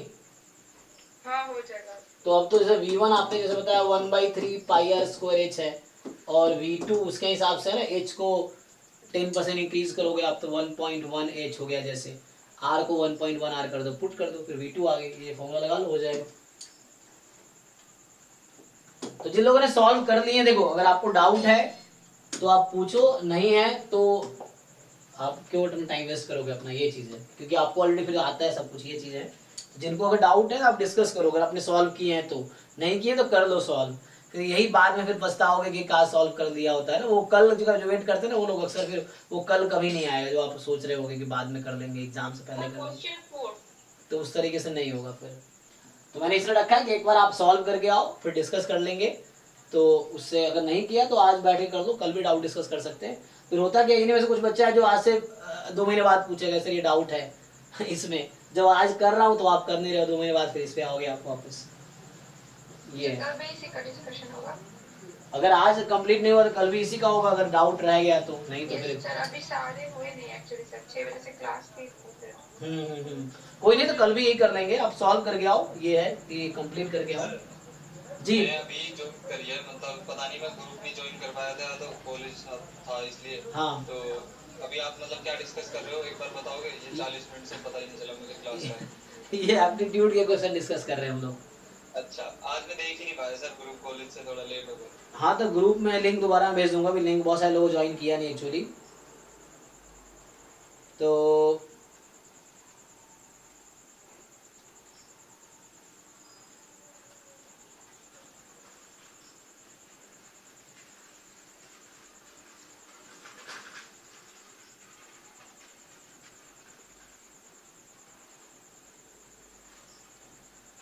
तो ग्रुप का मैं लिंक एक बार और भेज दूंगा, बहुत सारे लोगों ने भी ज्वाइन किया नहीं उसमें, है ना, क्योंकि गेट में बहुत सारे बच्चे हैं जो है नहीं। हाँ 4 देखो, मैं बोल रहा हूँ हमने एक्चुअली एप्टीट्यूड के असाइनमेंट भेजे थे ग्रुप में, जो गेट वाले बच्चे थे उनके लिए। तो हमने कहा है कि जो ट्राई करके आओ और डाउट डिस्कस करो, क्योंकि गेट ये एप्टीट्यूड का अलग से थ्योरी पढ़ाना पॉसिबल नहीं है, और मैं थ्योरी क्योंकि हम लोग सिलेबस कवर करेंगे जो हमारे पास मैथ्स और स्टैट्स पोर्शन है उसका। एप्टीट्यूड जस्ट एक बार इसलिए रिवाइज कर देना हो कि तुम्हें खुद पता चल जाए कि 10 में से तुम कितना कर पा रहे हो, क्योंकि मार्क्स इन ऑल मुझे 100 में से लाने हैं आप लोगों को, ये ना इन ऑल लाने हैं, ऐसा नहीं है कि मुझे स्टैट्स में से इतना लाना है, मतलब मैं स्टैट्स में से ला के दिखाऊंगा, तो उस तरह ईगो पर नहीं। आपको टोटल 100 में जितना स्कोर करोगे उसी के हिसाब से क्वालिफाई करोगे, तो उसी 100 में 15 मार्क्स एप्टीट्यूड का भी है ना। इनफैक्ट देखो ये अकेला एप्टीट्यूड का पोर्शन पूरा रिग्रेशन हो गया, मल्टीवेरिएट हो गया और नॉन पैरामीट्रिक हो गया, तीनों मिला के 10-12 नंबर, 10 से 15 नंबर के क्वेश्चन आते हैं। ये तीनों सब्जेक्ट का वेटेज अकेला एप्टीट्यूड के वेटेज के इक्वल है, ये चीज है। और बच्चा इन तीनों में कितना टाइम देता है, और इसमें थोड़ा सा वर्क करो तो ये इतने मार्क्स यहीं से 10 नंबर ले आए तो वो है। नॉन पैरामीट्रिक 3-4 नंबर के आते हैं, स्टोकेस्टिक चलो 5 से 7 नंबर के आते हैं, इधर रिग्रेशन 3-4 नंबर 5 नंबर के आते हैं, बाकी रह गया तुम्हारा मल्टीवेरिएट, वो भी 4-5 नंबर के आते हैं। तो उसमें मल्टीवेरिएट में 4-5 नंबर का क्वेश्चन आ रहा है, उसमें बच्चा एकदम पूरे 2-4 महीने लगाता है, रिग्रेशन में 2-4 महीने लगाता है, और ये 15 मार्क्स का है तो इसको लगता है कि चलो ये क्या ही तैयारी करना है। अगर थोड़े से ठीक से तैयारी, थोड़े से पीवाईक्यू भी तुम कर लोगे ना गेट के बाकी पेपर्स के भी, क्योंकि एप्टीट्यूड तो कॉमन पोर्शन है, तो बाकी पेपर्स के भी कुछ गेट के पीवाई, हाँ से लिया गया ना। हाँ ये गेट स्टैट्स का ही पीवाईक्यू का है, ये जो भेजा है मैंने, ये गेट स्टैट्स 2019, 20, 21, 22, 23 गेट का ही पीवाईक्यू का है क्वेश्चन। तो अगर ये आप सॉल्व करके आपको एक आइडिया मिल जाएगा कि फिर 10 क्वेश्चन आते हैं उसमें आपका क्या लेवल है, समहाउ आपको रैंक ही तो लाने हैं, तो पूरे मिला के आपको स्कोर ही तो करना है 100 में से, तो क्यों 15 मार्क्स को इग्नोर करोगे, तो ठीक से तैयारी कर लो उसकी, ये चीजें। तो एक बार ये भेजने का हमारा यही पर्पस है, एक बार सॉल्व करके देख लो तुम्हारा क्या है, 10-15 नंबर यहाँ से स्कोर कर लो, अगर 10 मार्क्स तो आगे का आसान तुम्हारा हो जाएगा। ये ना बाकी जो टॉपिक 3-4 नंबर के हैं महीनों खर्च करते हो उसमें क्या ही फायदा है, तुम छोड़ भी दो तब भी कोई ज्यादा नुकसान बहुत ज्यादा होता नहीं है उससे, ये है ना बच्चे। मैथ्स के तो होंगे 10-15 साल के पीवाईक्यू, उसी से मिल जाएंगे काफी क्वेश्चन। हाँ मैथ्स के वहीं से मिल जाएंगे, मतलब वही है गेट मैथमेटिक्स का जो है उसमें मैथ्स पोर्शन का मिल जाएगा। तो इनफैक्ट सही से तुम पीवाईक्यू ठीक से कर लो, मतलब ये मतलब एटलीस्ट एक टॉपिक का प्रिपरेशन करो, पहले सिलेबस करो फिर क्वेश्चंस करो, लेकिन किसी को भी इग्नोर मत करो, एप्टीट्यूड को भी इग्नोर मत करो, उसको तुम 15 मार्क्स का बहुत है, तुम अपने यहाँ तैयारी करो, लाइटली लोगे तो उसमें तुम्हारा ही नुकसान है वो चीजें। हाँ जी 4th जो लोग सॉल्व करके आए बताओ, ये है, नहीं अगर करके आओ तो कल का वेट कर लो, फिर ये है। सर ये लेफ्ट राइट ये वाला ऑप्शन चलिए ट्राई करते हैं फोर्थ वाला। तो आपको क्या करना है इसमें, थोड़ा सा बस लॉजिकली सोचना है। आप लोग ट्राई करो, देखो तो इस तरह क्वेश्चन ट्राई करने में हो सकता है ना, हो जाएगा एक्चुअली। देखो जरा ट्राई करके सॉल्व करो आप लोग भी। तो इसको कल तक कंप्लीट कर लो। ये एप्टीट्यूड के जो असाइनमेंट है वो मैंने भेजा था नया गेट वाला ग्रुप में, या ड्राइव में ऑलरेडी है। 50 क्वेश्चन है इसमें। ये 50 क्वेश्चन एक्चुअली 19, 20, 21, 22, 23 है ना, 2019 टू 2023 के 10-10 क्वेश्चन हर साल के, यही 50 है। बस ये आप देख लो एप्टीट्यूड में 15 मार्क्स में कितना आप स्कोर कर पाते हो, ये आपको दिख जाएगा। और फिर सीखो क्या आ रहा है, इससे रिलेटेड थोड़े पढ़ सकते हो आप, एक आइडिया मिल जाएगा तो क्या आ रहा है, ये ना। चलो क्या बोल रहा है, 5 numbers 10, 7, 5, 4, 2 are to be arranged in a sequence from left to right, है ना। तो आपके पास क्या नंबर है, 5 नंबर है, 10, 7, 5, 4, 2, 10, 7, 5, 4, 2। अब इसको आप अरेंज कर रहे हो sequence from left to right following the direction given below. No 2 odd और even number are next to each other, मतलब 2 ऑड या 2 इवन कंसेक्यूटिव नहीं होगा। तो इसमें क्या हो सकता है, आप देखो जैसे अगर मैं ऐसे रैंडमली ट्राई करूँ, या तो ऐसा होगा 2, 4, 10 से हो सकता है, या मतलब ऐसा कुछ भी होगा। मेरा कहने मतलब ये है कि जो ऑर्डर होगा वो इसके हिसाब से बीच में ऑड इवन नहीं आएगा। तो आपके पास टोटल 6 नंबर्स हैं। अब बना के देखो हो जाएगा condition. The second number from the left is exactly half of the leftmost number. Second number from left जो है वो हाफ है from the leftmost number. तो आप सोचो लेफ्ट मोस्ट क्या लोगे कि इसका हाफ सेकेंड नंबर होगा लेफ्ट से। So what can you take, या तो 10, 5 हो सकता है, और क्या पॉसिबिलिटी है 4, 2 हो सकता है, और कुछ पॉसिबिलिटी है सोचो, ये हो सकता है ना। इसने कहा है कि सेकेंड नंबर फ्रॉम लेफ्ट जो वो हाफ है लेफ्ट मोस्ट नंबर से, तो 10 या 5 हो सकता है, या 4, 2 हो सकता है, और कोई देखो कॉम्बिनेशन बना सकते हो आप, यही 2 है। अब ये आगे देख लो क्या है, इसमें हिसाब सोच लेते हैं। द मिडल नंबर एग्जैक्टली 5 होगा, हाँ 4, 2 दोनों इवन हो जाएगा। हाँ अब देख लो यहाँ पे इसने कहा था पहला कंडीशन था कि नो 2 ऑड और even number are next to each other, तो ये तो पॉसिबल है ही नहीं, तो 10, 5 फिक्स हो गया यहाँ पे। आगे तो पहला कंडीशन था कोई 2 इवन कंसेक्यूटिव नहीं हो सकता, 2 ऑड कंसेक्यूटिव नहीं हो सकता। तो इस तरीके से सोचना है ना कि एटलीस्ट मैं सॉल्व करूँ, आपको समझ आ रहा होगा अप्रोच कैसा है। हालांकि सॉल्व कर दिया होगा कुछ लोगों ने। फिर बोल रहा है कि सेकेंड हो गया ना, लास्ट क्या है, the middle number is actually twice the right most number. Middle number exactly twice the right most number. अब सोचो क्या हो सकता है, middle number is twice, sorry 4 और 2, बचा क्या 7। अब देख लो ये सीक्वेंस मिल गया ये। तो पूछा क्या है, what is the second number from the right, right से दूसरा कौन सा है, ठीक है। तो अब ये सब इसके लिए कोई अलग से मतलब थ्योरी पढ़ने की जरूरत थोड़ी है, मतलब ये तो एग्जाम में ऐसे अटेम्प्ट रैंडमली कर सकते हैं। तो इसके लिए तैयारी क्या जरूरत, तैयारी की जरूरत है कि आप जो गेट के 5 साल के स्टैट्स के हैं, अब बाकी गेट के भी पेपर देख सकते। एप्टीट्यूड कॉमन पोर्शन रहता है हर गेट में, तो वैसा कुछ लेवल का चक्कर नहीं रहता है कि जैसे आप लोग का एग्जाम मान लो अगर 10 फरवरी को होती है सपोज 9 to 12 में, तो 10th फेब को 9 to 12 में जितने भी एग्जाम होंगे सबका कॉमन एप्टीट्यूड रहेगा। एप्टीट्यूड अलग अलग नहीं होगा, पूरे सेशन में उस शिफ्ट में कॉमन एप्टीट्यूड रहेगा। तो यही एप्टीट्यूड हो सकता है मैकेनिकल वालों का, यही एप्टीट्यूड बाकी इलेक्ट्रिकल वालों का, उस शिफ्ट में जो एग्जाम है तो कॉमन एप्टीट्यूड रहता है। तो एप्टीट्यूड की प्रिपरेशन अलग से करना नहीं है आपको, बस आप डिफरेंट गेट के एग्जाम्स के PYQ कर लो, इतना ही काफी है। और 10-10 क्वेश्चन हर साल में आते हैं, आप 100-200 क्वेश्चन सॉल्व कर लो, आपका माइंड उस फ्रेम में डेवलप हो गया, आप एग्जाम में भी कर लोगे। जैसे इस तरह क्वेश्चन है, ठीक है।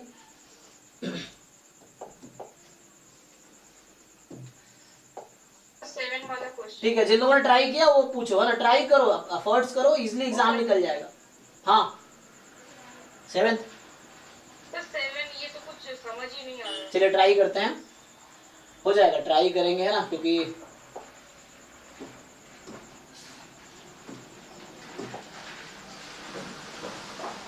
ये जैम लिख दिया। अच्छा ये सब में जैम लिख दिया क्या इसने, ये गेट का था, ये जैम लिख दिया गलती से। यस सर वही तो। अच्छा वो गेट का है, जैम में कहाँ एप्टीट्यूड आता है? हाँ उसने गलती से जैम लिख दिया, ये सब गेट का है, जो भी वो है वो सब में गेट है 19, 20, 21, 22, तो ये गेट 2019 का होगा, इसने गलती से जैम लिख दिया है जिसने बनाया असाइनमेंट, ठीक है। तो in a country of 1400 million population 70% own mobile phones, ठीक है। Among the mobile phone owners, अब उन 74 में से only 294 million access the internet, okay.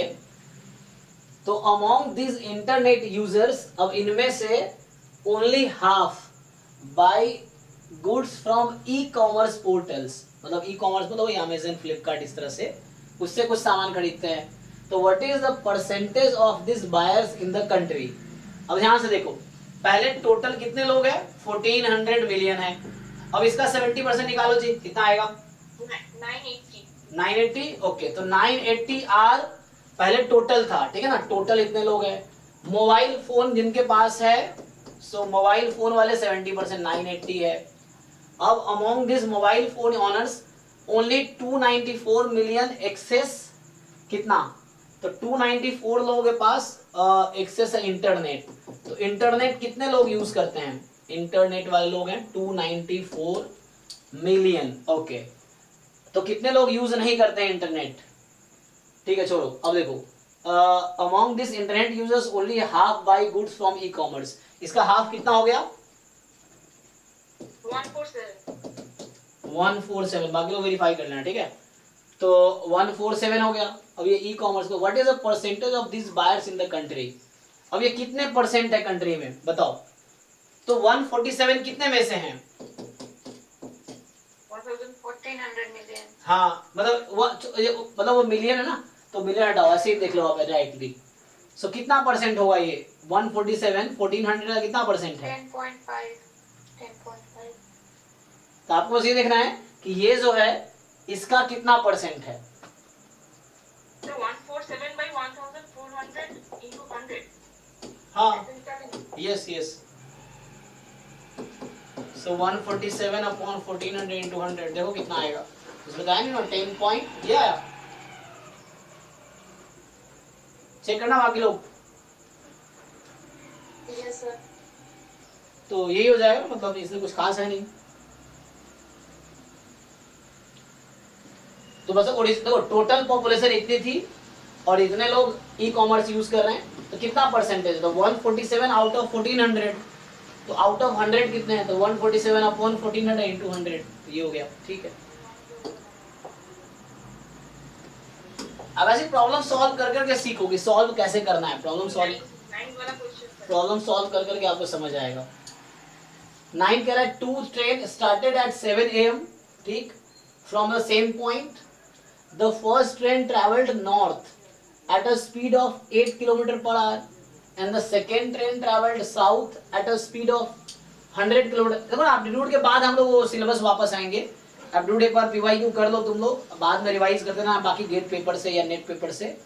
15 marks में इग्नोर मत करो, 15 मार्क्स से थोड़े प्रिपरेशन कर देना, थोड़ा प्रिपरेशन अलग से थ्योरी पढ़ने की जरूरत नहीं है, पीवाईक्यू भी सॉल्व कर लो, डाउट हो तो मेरे से डिस्कस करो इसी बैच में, तो उससे 15 मार्क्स बहुत ज्यादा है, ठीक है ना। मैं बोल रहा हूँ तुम्हें स्टोकास्टिक, रिग्रेशन, ये चारों मिला के 20-25 नंबर का है, ये अकेला 15 नंबर का है। सो ठीक है ना। 2 trains started at 7 AM from same point. The first train traveled north at the speed of 80 km per hour. Second train traveled south at a speed of 100 km per hour. The time at which they were 540 km apart is. ना, तो इसे 9th 10th में इस तरह question थे maths में। चलिए try करके देखते हैं। हेलो, कुछ लोग तुम्हें ऑनलाइन देखो ट्रिक वुटिक होता है, ठीक है, वो भी कर सकते हो, बट वो क्या हर जगह वैलिड नहीं होगा, वापस तुम्हें ओरिजिनल मेथड पे ही आना पड़ेगा। ट्रिक लोग कुछ पर्टिकुलर क्वेश्चन का पर्टिकुलर लगा देते हैं, वो उनको ही पता होता है जो लगा रहे होते हैं जनरली, ठीक है ना, क्योंकि ओके ठीक है नाइस। तो देख लो है ना कैसे सॉल्व किया आपने। सर ये तो सर प्लस 6-7 में पढ़ा था तो सर ऐसे वो ग्राफ बना के ऊपर साउथ नॉर्थ नीचे साउथ वो 80 किलोमीटर पर आ जा रहे हैं, तो ऐसा बना लो, कोई बात नहीं। देखो ये है, मैं अभी नॉर्थ साउथ इधर बोल दो, ये नॉर्थ साउथ ले लो, कोई दिक्कत नहीं है, नॉर्थ या तो इधर ले लो। तो ये कह रहा था ट्रू ट्रेन बहुत इजी है ऐसे तो। ट्रू ट्रेन है ना स्टार्टेड 7 AM, 7 बजे स्टार्ट किया from same point. The first train travelled at a speed of 80 kilometre, मान लो है ना। तो मान लो इधर नॉर्थ है फॉर एग्जांपल और इधर साउथ है, ये एक पॉइंट है जहाँ पे 7 बजे दोनों मिल रहे हैं, ठीक है, मतलब 7 बजे स्टार्ट कर रहे हैं। तो एक कहाँ जा रहा है, एक नॉर्थ के साइड कितना बजे जा रहा है 80 किलोमीटर पर आवर से, और दूसरा साउथ के साइड कितने पे 100 किलोमीटर पर आवर पे। अब अगर ध्यान दो, लॉजिकली समझो, 1 घंटे जो है जो नॉर्थ में जा रहा है वो 1 घंटे में कितना किलोमीटर जाएगा 80, और जो साउथ जा रहा है वो 1 घंटे में कितना जाएगा 100, तो 1 घंटे बाद दोनों कितने गैप पे होंगे 180, हाँ तो सर 3 आवर्स में हो जाएगा। ठीक है ना, लॉजिकली समझ आ रहा है कि 1 घंटे में दोनों स्टार्ट यहीं से किए, तो 1 घंटे बाद ये 80 किलोमीटर दूर थे, 1 घंटे बाद ये 100 किलोमीटर दूर थे, तो टोटल 1 घंटे बाद दोनों के बीच का जो गैप था 180 किलोमीटर का था। ये पूछ रहा है कि the time eight which they were 540 kilometre apart, तो 180 का मल्टीपल देखो 3 तो 18 ना 3 हो गया, तो 3 घंटे बाद वो लोग इतने डिस्टेंस पे होंगे, तो कितने बजे, मतलब 10 बजे, ठीक है। तो सर ट्राई करोगे तो हो जाएगा, लॉजिकली थोड़ा सोचने की कोशिश करो तो हो जाता है ना। तो सेकंड अप्रोच ये भी हो सकता है सर, टोटल स्पीड उसकी 180 किलोमीटर पर आवर हो जाए। हाँ यस यस यस, देन उसको हाँ ऐड कर दिया, क्योंकि एक इधर जा रहा है एक उधर जा रहा है, तो 1 घंटे में टोटल स्पीड, ठीक है, 1 घंटे में 180 का है, सही है, वो भी सही है, सही है। तो बस ये मतलब प्रॉब्लम सॉल्व करके आप स्किल डेवलप करो एप्टीट्यूड क्वेश्चन सॉल्व करने का, प्रॉब्लम सॉल्व कर करके पीवाईक्यू वाले।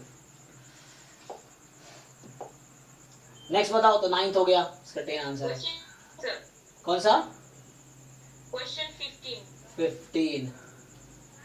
जिन लोगों ने सॉल्व नहीं किया प्लीज आप कल 9 to 11 तक इसको कंप्लीट करो, 50 क्वेश्चन है, ये कंप्लीट करो। और भी चाहिए तो मैं और भी डिफरेंट गेट एग्जाम के पेपर बोलूंगा, ये कोई हमारा जो हमारे साथ जो लोग है ना वर्क करते हैं वो बना के दे देंगे। बस आप प्रैक्टिस कर दो ढंग से, तो माइंड फ्रेम बन जाता है ना, तो उस तरह से हमारा पिछला क्वेश्चन ही था, तो इस तरह के अगली बार क्वेश्चन मिलेगा तो आप सोच पाओगे, क्योंकि आपने इस तरह क्वेश्चन प्रैक्टिस किए हैं, तो इस तरह से है। 15 ये कह रहा है कि the difference between the sum of first two natural numbers and the sum of first n odd natural numbers। तो तुम लोग सोचो, आसान क्वेश्चन है ये सब गेट के क्वेश्चन है, एग्जाम लिख दिया है गलती से।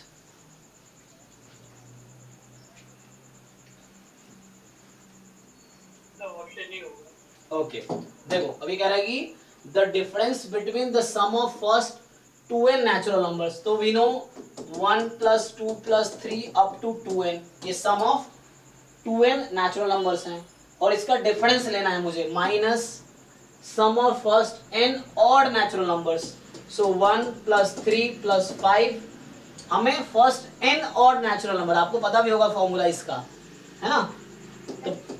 तो 2n minus 1 होती है ना यहाँ था, फर्स्ट n नंबर क्या होगा 2n minus 1, तो इसका सम कितना आता है, इसका सम n स्क्वायर, और इसका सम कितना आएगा 2n plus 1 upon 2, यही ना, जितना है उतना तक कैलकुलेशन कर दो, 2 काट कर दो तो सिंप्लीफाई कर लो। तो ये आपके पास इधर मल्टीप्लाई करोगे 2n square plus n minus n square, तो यहाँ से आ गया n स्क्वायर, चेक करो प्लस n आ रहा है, b आ रहा है ना, चेक कर लो एक बार। तो एक तो फॉर्मूला आपको ये जानने का है, और एक ये जानना है कि जो फर्स्ट n ऑड नंबर है उसका सम n स्क्वायर आता है, जैसे 1 है ना, 1 plus 3 4 आएगा 2 स्क्वायर, 1 plus 3 plus 5 9 आएगा 3 स्क्वायर, तो जितने ऑड नंबर्स को ऐड करोगे 1 से वहां तक उतने का स्क्वायर आएगा, so they are n odd numbers, तो n स्क्वायर। और ये फॉर्मूला तो होता है n into n plus 1 upon 2, तो इससे आ गया।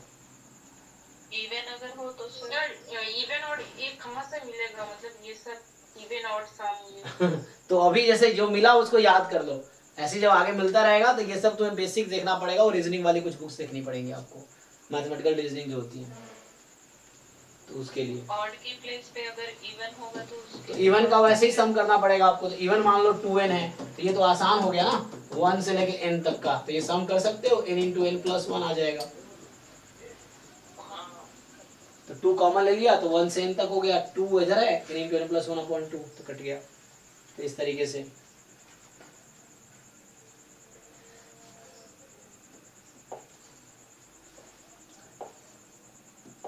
नेक्स्ट बताओ अगर ट्राई कर लिया तो। हाँ 270 तो ये क्या कर रहा है, PQRSTUVW are seated around a circular table, ठीक। S is seated opposite to W, और ये बनाना पड़ेगा। देखो थोड़ा लिख के देखो, लिखोगे तो कुछ दिखेगा।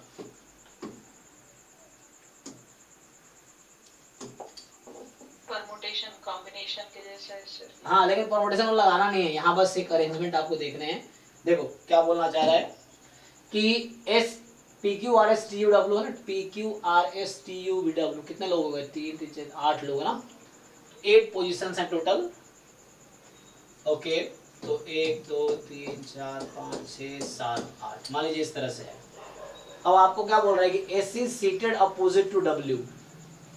इसका क्या मतलब हुआ, जैसे सपोज अगर है ना, बताइए तो अपोजिट का मतलब क्या हुआ, ये सर्कुलर है ना, सर्कुलर टेबल।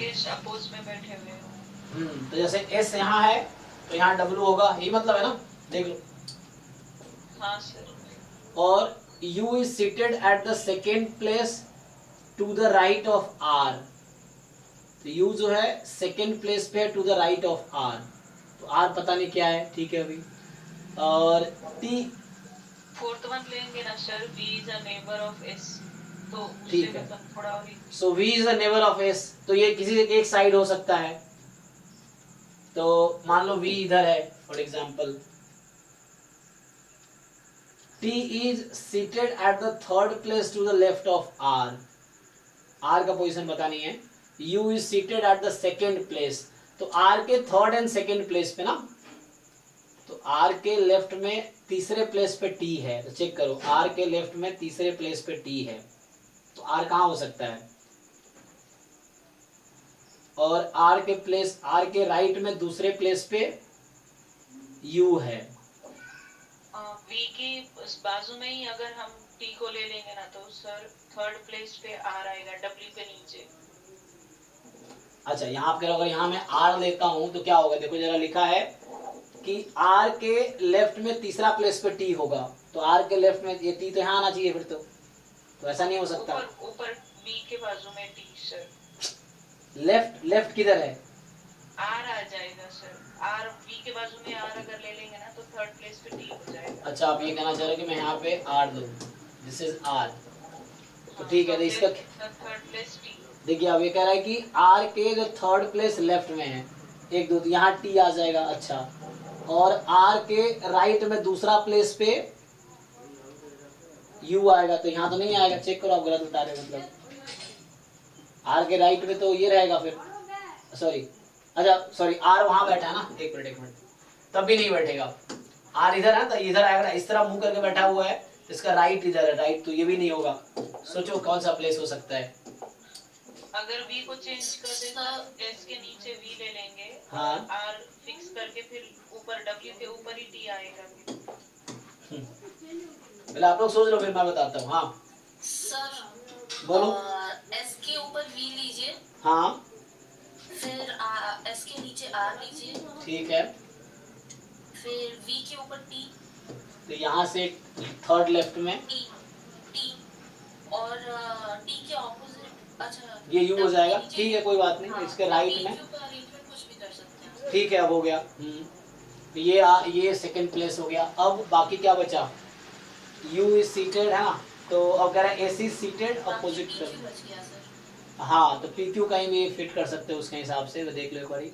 वो आंसर पे डिपेंड करेगा सर। हाँ, S is seated opposite to W, ठीक है वो लिख दिया। U सीटेड है second place left to R, तो R के लेफ्ट में, राइट लेफ्ट नहीं हमने थोड़ा सा गलत किया, यहाँ पे R इधर बैठा है लेफ्ट में, अच्छा right sorry right of R, U right में, ठीक है। हाँ T लेफ्ट में थर्ड प्लेस पे, ठीक है। तो ओके है ना। अब देख लो क्या बोलना चाह रहा है, which is the following must be true. P is a neighbour of R, तो क्वेश्चन के हिसाब से देख लेंगे, तो P यहाँ भी तो हो सकता है ना, तो ये गलत है, हम ऐसा बिठा सकते हैं। तो A गलत हो जाएगा बाय दिस सीटिंग, अच्छा, Q is a neighbour of R। तो अगर इस सेटिंग में कर रहे हैं तो इसको भी गलत कर सकते हैं हम लोग, चाहे तो कर सकते हैं गलत। देखो अगर मैं ऐसा करूं कि P यहां लूं, Q यहां लूं, तो फिर ये ऑप्शन B भी गलत किया जा सकता है। और P is not seated opposite to Q, P is not seated opposite to Q, ये तो ट्रू होगा ना। तो PQ कहीं भी फिट करो, अपोजिट तो नहीं हो सकता, क्योंकि Q का अपोजिट तो S है और इसके अपोजिट क्या होगा, T होगा। तो यही वाला सही होगा, C वाला। चेक करो, R is left neighbour of S, R is left neighbour of S, R तो राइट है, तो गलत है, ठीक है ना। चेक कर लो तुम लोग, अब कहीं डाउट हो रहा था बताओ। पहला गलत क्यों हुआ कि मैं P यहां रखूंगा, Q यहां रखूंगा, तो गलत हो जाएगा। दूसरा गलत क्यों है, मैं Q यहाँ रखता हूँ, P वहां रखता हूँ, तो गलत हो जाएगा। अगर गलत करने की कोशिश है ना, एक एग्जांपल है ना गलत कहने के लिए ना, मैं गलत कर रहा हूँ। P is not seated opposite, आप PQ कहीं भी तुम रखो, ये हमेशा ट्रू रहेगा, अपोजिट तो नहीं हो सकता PQ कभी भी, है ना, क्योंकि जो पोजीशन खाली वो नहीं हो सकता। ठीक है, ठीक है भाई, किसका डाउट था ये? ओके है यानी। तो इस तरह से ये सब कोई मैथमेटिक्स स्टडीज से रिलेटेड ऐसा कुछ खास है नहीं, और ऐसे हम लोग है ना वो कर रहे हैं। देख लो, फिर भी मैं चाहता हूँ, मैं बस ये चाहता हूँ तुम लोग अगर सॉल्व कर दो, क्योंकि क्वालिफाई करना है तो मार्क्स तो लाने पड़ेंगे। 100 में से तुम कोशिश करो 30-40 नंबर ले आओ तो अच्छे रैंक आ जाएंगे। 15 मार्क्स का यही है, तो कर लो ये भी है। नेक्स्ट बताओ, जिन लोगों ने सॉल्व किए हैं वो बताओ। 18 कौन सा? 18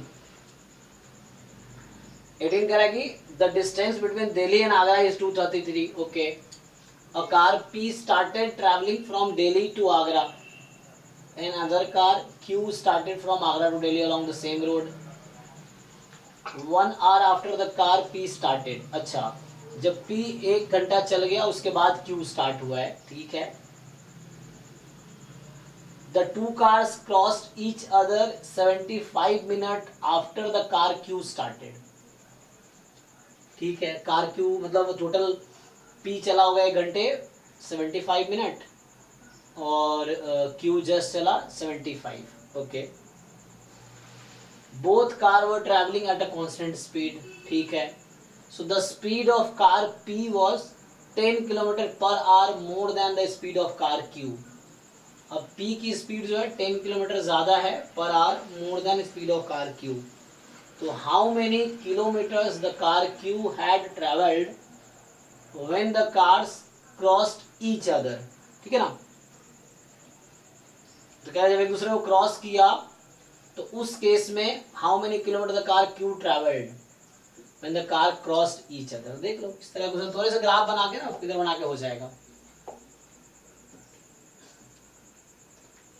तो तुम इससे अगर प्रैक्टिस करके जाओगे ना तो इजी तुम्हें लगेगा थोड़ा सा, अदरवाइज शुरू में लगेगा क्या क्या चल रहा है ये।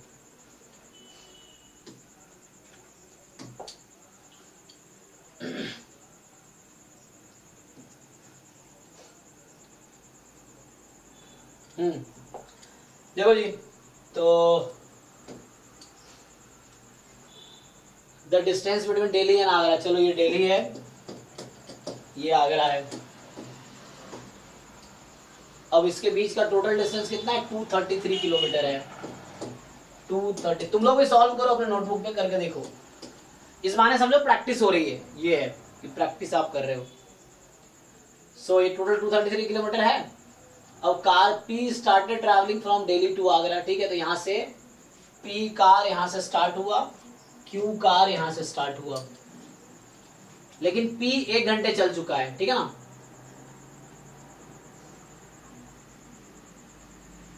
तो कुछ अज्यूम करना पड़ेगा आपको कि P का क्या है स्पीड।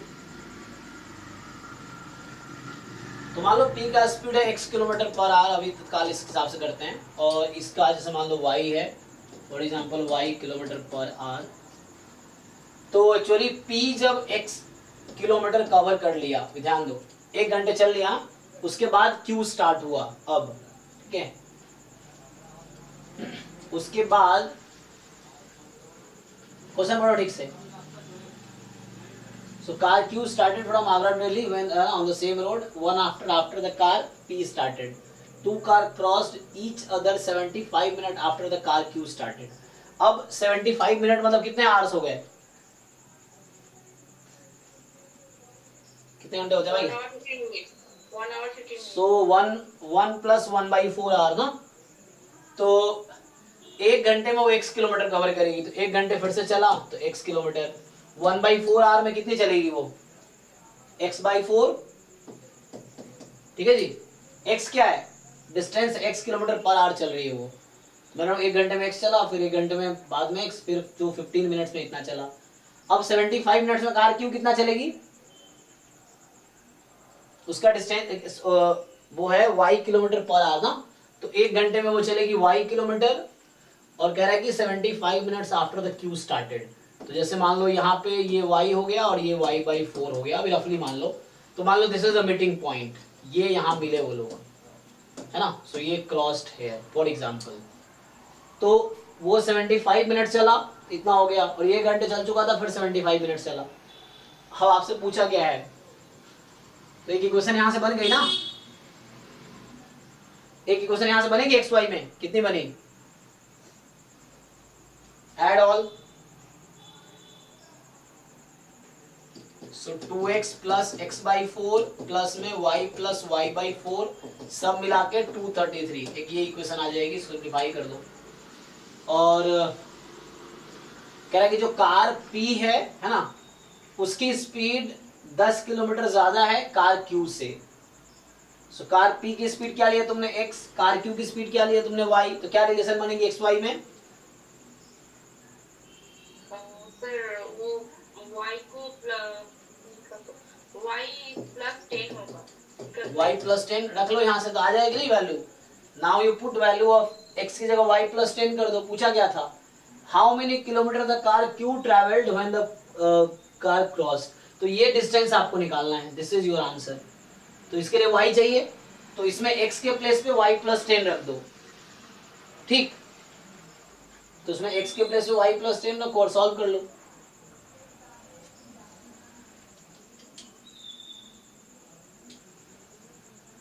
हो जाएगा, सॉल्व करके बताओ क्या आएगा। तो ये तुम्हारा जैसे 9/4x, तो x को रख दो तुम y प्लस 10, एंड प्लस में यहाँ तुम ले लोगे 5/4y, दिस इज 233। यहाँ से y निकालो, y सॉल्व कर लो, और y आ गया तो y प्लस y/4 तुम्हारा आंसर है।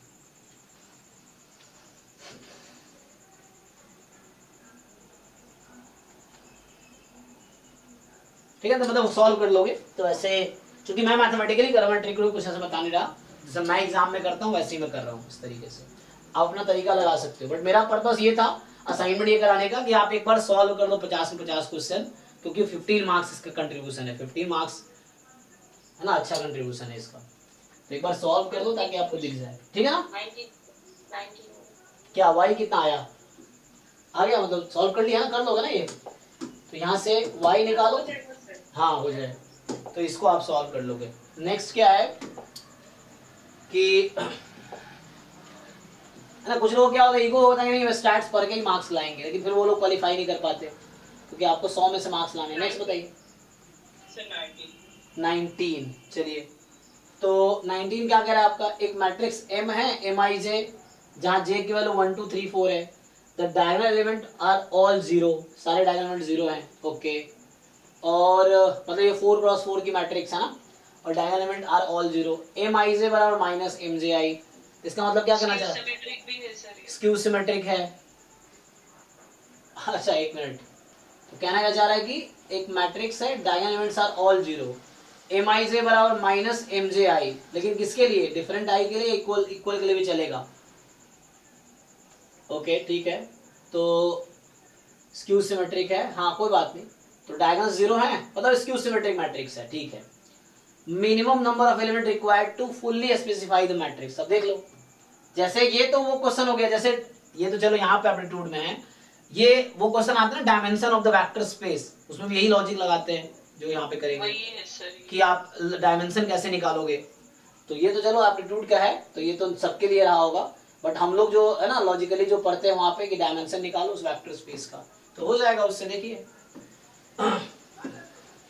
ठीक है, मेरा पर्पस ये है कि आज और कल में आप लोग एप्टीट्यूड के जितने भी गेट 2019 से 23 तक के क्वेश्चन हैं, 50 क्वेश्चन है, हर साल 10 क्वेश्चन, आप जरूर सॉल्व करो। उससे आपको आइडिया मिलेगा एप्टीट्यूड कैसा आता है, और इनफैक्ट आपको फील होगा कि आप इनमें से इजीली इस 10 क्वेश्चन में इजीली 7, 8, 9 क्वेश्चन करेक्ट कर सकते हो, और इसमें इजीली 10, 12 नंबर ले आओगे तो इजी हो जाएगा क्वालिफाई करना, अच्छा रैंक लाना।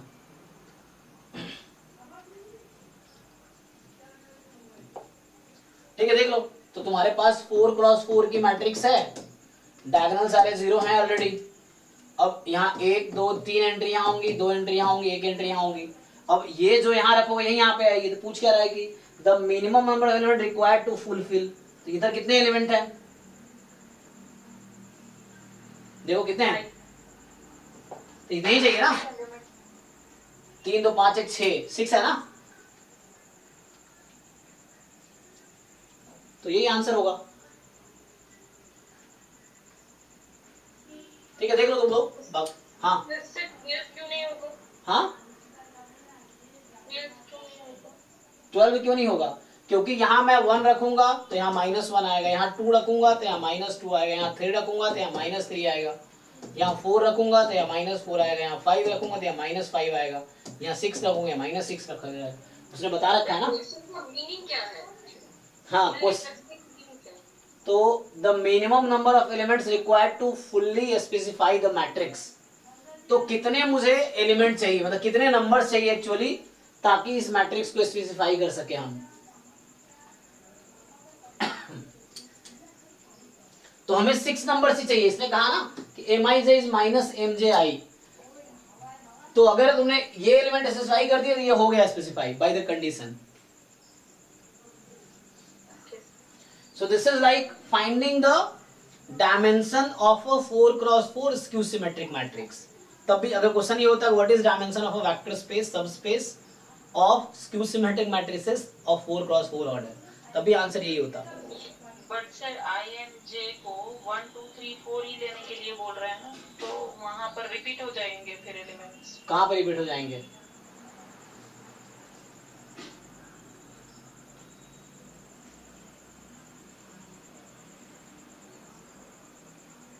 बताइए बताइए।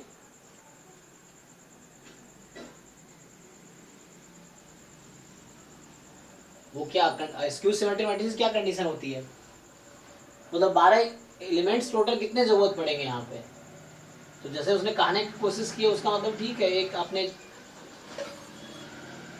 चेक कर लो आंसर क्या दिया, आंसर यही दिया होगा, क्या आंसर दे रखा है आंसर की में,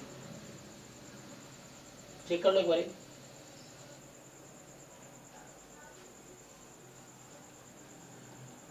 इसके बॉटम में भी लगाया, लेकिन ऑफिशियल में भी चेक कर सकते हो आप, ये गेट 2020 का क्वेश्चन है ये, तो बॉटम में भी चेक कर सकते हो, ये क्या 19 नंबर क्वेश्चन है, जस्ट चेक, इसका आंसर 6 होना चाहिए, ठीक है ना। ठीक है, हाँ ठीक है सर। नेक्स्ट ओके, तो ये क्या कह रहा है कि the profit shares of 2 companies PQ are shown in the figure if the 2 companies have invested a fixed and equal amount every year। so कोई 2 कंपनी है जिसने इन्वेस्ट किया है fixed and equal amount every year, हर साल fix और equal amount invest करती है, then the ratio of their total revenue of the company P to the total revenue of the company Q during this is। अब यहाँ देख लो, यहाँ क्या क्या बता रखा है, प्रॉफिट परसेंटेज, सो इसमें प्रॉफिट का परसेंटेज दे रखा है, किस साल कितना % का प्रॉफिट हुआ, और इन दोनों ने क्या किया है, ठीक है ना। तो प्रॉफिट आप बता रखा है, जैसे मान लो 2013 में P कंपनी 10% प्रॉफिट में थी, और Q जो है प्रॉफिट से ना 2 कंपनी, Q कंपनी की प्रॉफिट 13 में 20% थी। ऐसे ही हर साल में प्रॉफिट का आपको एक डेटा दे रखा है, शेयर्स है ना। So if the 2 companies have invested a fixed and equal amount every year, हर साल इसने सेम अमाउंट इन्वेस्ट किए हैं, तो क्या रेशियो होगा टोटल रेवेन्यू का, इस साल में, बताओ भाई। तो रेवेन्यू, प्रॉफिट एंड कॉस्ट, इनमें क्या रिलेशन है? रेवेन्यू का मतलब ही नहीं पता। ओके, तो जितना इनकम, जैसे मान लो कोई आपने शॉप दुकान खोला, तो आप कुछ इन्वेस्ट करोगे ना, जैसे कुछ आपने कंपनी शुरू की, कुछ पैसे लगाओगे, फिर उससे रिटर्न भी तो आएगा। जैसे मेरा ही, जैसे ये सेटअप है, ये 1 लाख इसमें इन्वेस्टेड है, कैमरा में 1 लाख इन्वेस्टेड है, मेरा ये है, तो मैंने 2 लाख इन्वेस्ट किए मान लो। अब मुझे जो रिटर्न आ रहा है वो रेवेन्यू है। जैसे मेरी फीस मान लो पूरे साल में 5 लाख आई, तो 5 साल में 5 लाख मेरी रेवेन्यू है। प्रॉफिट क्या होता है? Revenue minus cost. जो आपका रेवेन्यू आया, जो आपके पास इनकम है, उसमें कॉस्ट घटा दो तो वो प्रॉफिट है। अब आइडिया लगाओ, तो क्या होता है? Profit is equal to revenue minus cost, जो भी आप लगा रहे हो। सो हर साल का कॉस्ट सेम था इन लोगों का, प्रॉफिट इस तरीके से है। तो बताओ बाकी लोग आंसर जरा ट्राई करके।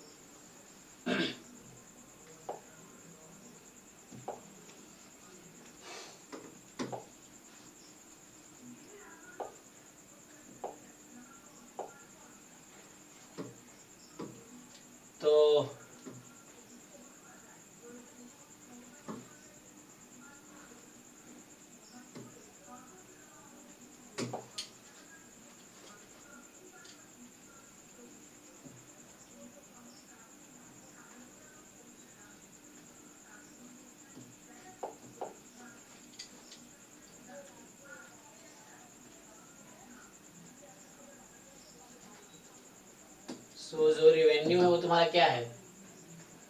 रिवेन्यू बराबर कॉस्ट प्लस प्रॉफिट, ये होगा।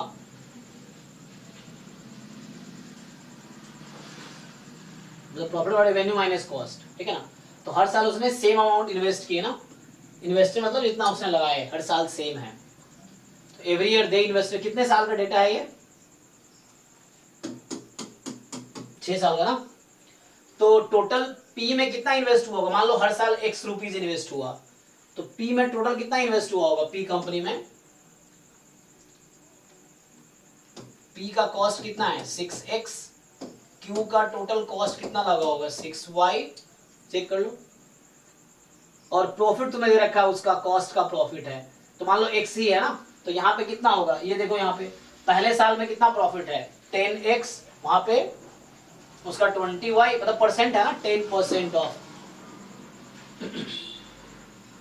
तो ऐड कर लो ना सबको, 10 प्लस जो कंपनी पी है सबका ऐड कर लो प्रॉफिट। जैसे ये 10 है प्लस 20 प्लस 40, कितना हो गया? ऐड करो जरा, इन सबको ऐड कर लो। ये जो प्रॉफिट है, पहले पी कंपनी का टोटल प्रॉफिट बताओ कितना हुआ?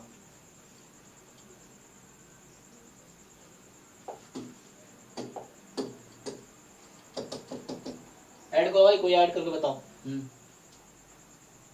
230 टोटल।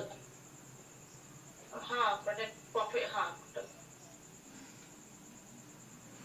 कंपनी पी का। हाँ 230 होगा पक्का। 10 प्लस 20 कितना? 200 ना।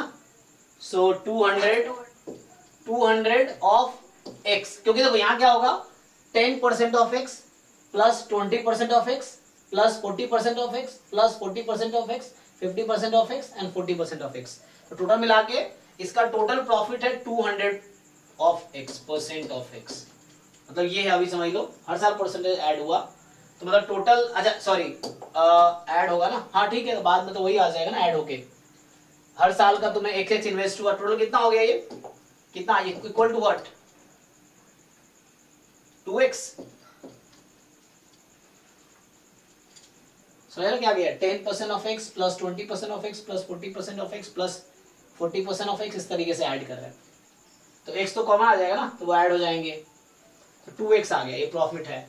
फिर प्रॉफिट p का, p की प्रॉफिट है। q का प्रॉफिट कितना होगा? 250 है ना। देखो जिनको आता है वो अपना घर पे कर लेना, जिनको नहीं आता वो सीख सकते हो आप चाहो तो ये चीजें, बट ये करना जरूरी है। 15 मार्क्स का है, रैंक इसी से आएगा, मतलब इंप्रूव होगा रैंक, ये चीजें। सो 250% ऑफ y, तो कितना हो गया ये? 2.5y। तो ये क्या आ गया? टोटल p का प्रॉफिट है 2x का, q क्यू का प्रॉफिट है 2.y का। टोटल अब देखो रेवेन्यू क्या है, कॉस्ट प्लस प्रॉफिट। तो कॉस्ट कितना लगा होगा 6 साल में, हर साल x रुपीज इन्वेस्ट किया उसने, तो 6x, हर साल y ने इसने 6y, तो टोटल कितना हो गया। सो p का जो रेवेन्यू है, p की रेवेन्यू 6x और प्लस में 2x 8x, और q की रेवेन्यू कितनी हो गई, कॉस्ट प्लस प्रॉफिट, इसने इन्वेस्ट किया 6y, प्रॉफिट है 2.5y, ऐड कर लो कितना 8.5y। अच्छा दोनों इन्वेस्ट सेम ही किया था ना, हाँ सॉरी एक्स वाई भी तो इक्वल ही था, ठीक है, मतलब X Y are also same.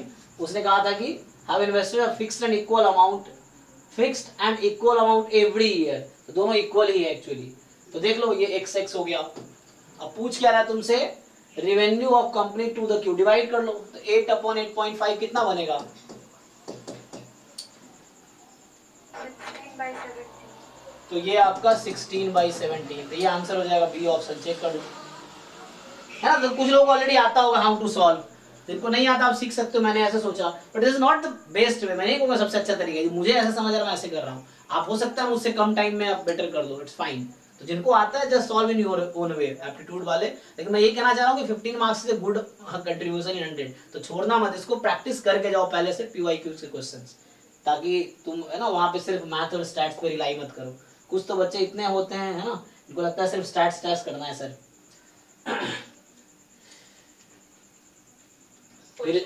फिर क्वालिफाई नहीं होता उनका एग्जाम सिर्फ स्टैट्स सर्च करने के चक्कर में। सेम चीज नेट में भी है कि कोई बच्चा इतना तोपा कि सिर्फ स्टैट्स से क्वेश्चन करेगा नेट में, फिर उनका कभी क्वालिफाई नहीं हो सकता नेट। क्योंकि तुम्हें बाकी भी देखना है कि बाकी मार्क्स है, मैं समहाउ मुझे कट ऑफ पार करना है, एंड कट ऑफ के बाद जितना अच्छा नंबर लाओगे उतने रैंक आएंगे। कितने हो गए, हाँ कौन सा नेक्स्ट, 23 सर। 23। तो जिन लोगों ने सॉल्व कर लिया फाइन, नहीं सॉल्व किया सॉल्व करो। तो 3 क्या कह रहा है कि 23 में the list number of squares that must be added so that the line PQ becomes the line of symmetry। देख लो, PQ becomes the line of symmetry, the list number of square that must be added, ताकि symmetric हो जाए। तो देख लो ना, symmetric के लिए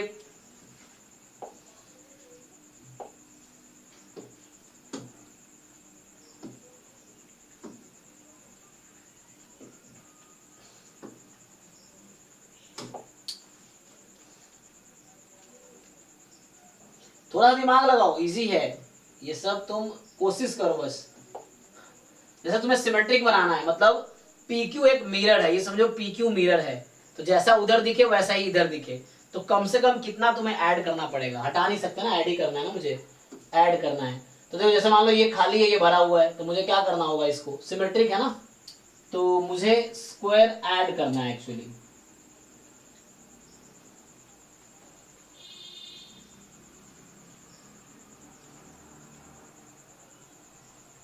this become line of symmetry. सोचो भाई, तुम लोग बताओ पहले।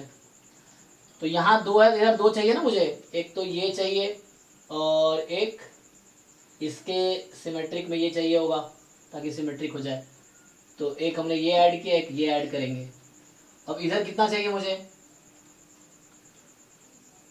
तो एक तो तुम्हें यहाँ ऐड करना पड़ेगा ताकि इसको बैलेंस करे, इसके बराबर आ जाए, और इसके बराबर में तुम्हें यहाँ पे चाहिए, नहीं इसके बराबर नहीं चाहिए, यहाँ पे चाहिए, ये चाहिए और ये चाहिए और ये चाहिए। चेक कर लो कितने ऐड किए मैंने। अब सिमेट्रिक है ना, 1 2 3 4, क्योंकि इसके बदले ये चाहिए, इसके बदले यहाँ पे चाहिए तुम्हें, इसके बदले यहाँ चाहिए, इसके बदले यहाँ चाहिए, सिमेट्रिक होना चाहिए ना। 1 2 3 4, फिर इसके बदले यहाँ चाहिए, इसके बदले यहाँ चाहिए, 4 2 6 चाहिए, तो मैंने 6 लिए, देख लो एक बार। तो 6 यू हैव टू ऐड। तुम्हें क्या करना था, सिमेट्रिक बनाना था, ठीक है ना। मैं बोल रहा हूँ कि इसको बैलेंस करने के लिए you have to add here, इसको बैलेंस, ये सिमेट्रिक होनी चाहिए, तो यहाँ ऐड किया तो ये सिमेट्रिक हो गई, यहाँ ऐड किया तो ये सिमेट्रिक हो गई, और यहाँ ऐड करेंगे ये हो गई सी। तो जितने मैंने ऐड किए वो अब वो काउंट करने थे। अब सिमेट्रिक है ना। अब देखो ये बीच की जो लाइन है अब सिमेट्रिक है। सिमेट्रिक मतलब राइट साइड में जैसा वैसे ही लेफ्ट साइड में दिखना चाहिए, सेम। ओके है, चलो नेक्स्ट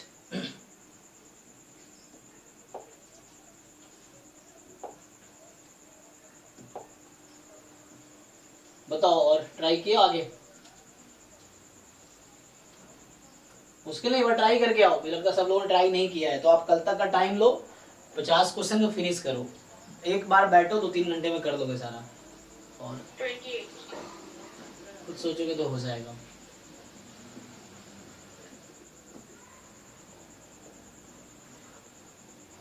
क्या बोल रही है? Consider a square sheet of side 1 unit. In the first step it is cut along the main diagonal to get 2 triangles. अच्छा, एक स्क्वायर शीट लिया तुमने जिसका साइड 1 यूनिट है। इन the first step it is cut along the main diagonal के along cut किया to get the 2 triangle, ठीक है। In the next step one of the cut triangle is revolved about its short edge, okay, to form a solid cone, ठीक है। The volume of the resulting cone, तो ये सब 9th में इस तरह क्वेश्चंस है ना, बच्चों को दिया जाता था मेंसुरेशन में।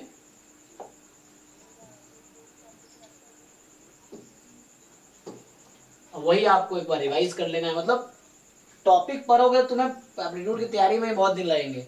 टॉपिक्स मत पढ़ो, बस क्वेश्चंस करो, देखो उसमें क्या यूज हो रहा है, बस उतना जान लो, उससे ही बहुत सारा आइडिया मिल जाएगा आपको। सो सी क्या बोल रहा है, पहले आपके पास स्क्वायर शीट है, आपने इसको कट किया तो ये 2 ट्रायंगल बने, तो एक ट्रायंगल लो, मान लो पहले वाला ट्रायंगल ले लिया मैंने, यही वाला ट्रायंगल सेलेक्ट किया। सो 1 यूनिट है, 1 1 1, तो ये 1 है और ये 1 है।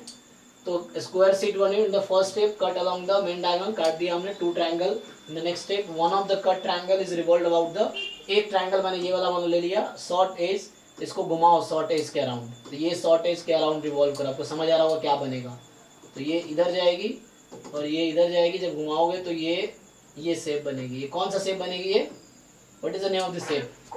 हाँ, ये आपका कोन आ गया। अब कोन में ध्यान दो, ये आपका 1 था, ये 1 था, ये कितना है? √2 पाइथागोरस। तो ये आपका अभी 1 है, ये आपका 1 है, ये आपका √2 है, ठीक है, कोई दिक्कत नहीं है, ये √2 है। करना क्या है मुझे? कह रहा है कि the volume of the resulting cone in the cubic unit. तो अब ये कोन बन गया, कोन का वॉल्यूम का फॉर्मूला आप सब जानते ही हो जाएगा ना। सो क्या 1/3 पाई आर स्क्वायर एच, सो 1/3 पाई। अब देख लो इसमें रेडियस क्या है, तो रेडियस 1 है, हाइट क्या है, हाइट भी 1 है, यही आ गया, पाई/3 आना चाहिए, देखो हाँ। अब इन सब क्वेश्चंस के मार्क्स मिल रहे हैं कि या 2 मार्क्स के होंगे, ये क्यों छोड़ना है?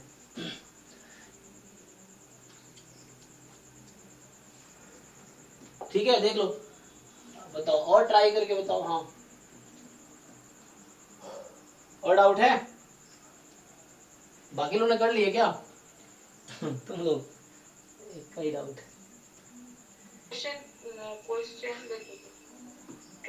Question 33.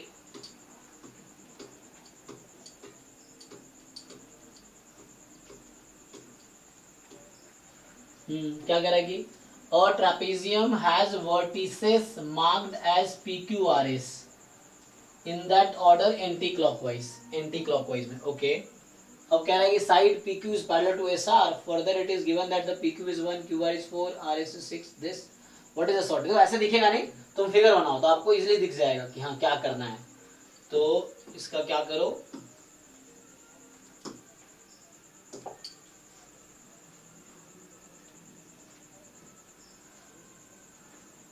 अब क्या करना है आपको कि अच्छा ये ट्रेपेजियम बनाना है ना। तो ट्रेपेजियम क्या होता है पहले बताओ कोई? जिसमें 2 साइड्स पैरेलल होती हैं, 2 साइड पैरेलल होती हैं, ठीक है, मतलब ये नहीं ना, ये तो वो हो गया तुम्हारा इस तरह का ना, ये बोल रहे ना। यस सर, तो ये ट्रेपेजियम है। देखो ये सब वही बोल रहे, मान लो आप कभी भूल गए थे, या तो गूगल कर लो या बुक में देख लो एक बार ही। तो ये सब बस एक बार PYQs करके तुम जाओगे ना, तुम्हें कॉन्फिडेंस रहेगा, तुमने ट्राई करके आया तुम कर लोगे। जैसे ये हो गया trapezium has a vertices marked as PQRS in the anti clockwise. तो एंटी क्लॉकवाइज PQ, अच्छा ये देखना पड़ेगा क्या क्या दे रखा है, उसके हिसाब से नाम देंगे। PQ is parallel to SR, तो P Q is parallel to S R, P Q R S ना, तो ऑर्डर में P Q R S, order में इसने बोला ना, in order anti clockwise, P Q is parallel to S R, ठीक है। It is given that the P Q is 11, so P Q 11, Q R is 4, Q R is 4, R S उल्टा बना दिया मैंने क्योंकि आर एस छोटा हो गया तो मुझे वैसे बनाना पड़ेगा, तो ये इसके हिसाब से है ना, उसके हिसाब से लेना पड़ेगा आपको कि देखना कैसा क्या दे रखा है। तो हमारे पास पी क्यू आर एस, अब चेक कर लो, तो ये अब 11 है और ये अब आपका 6 है और एस पी 3 है, क्यू आर 4 है। तो what is the shortest distance between P Q and S R? बताओ भाई, ये डिस्टेंस पूछ रहा है, हाइट।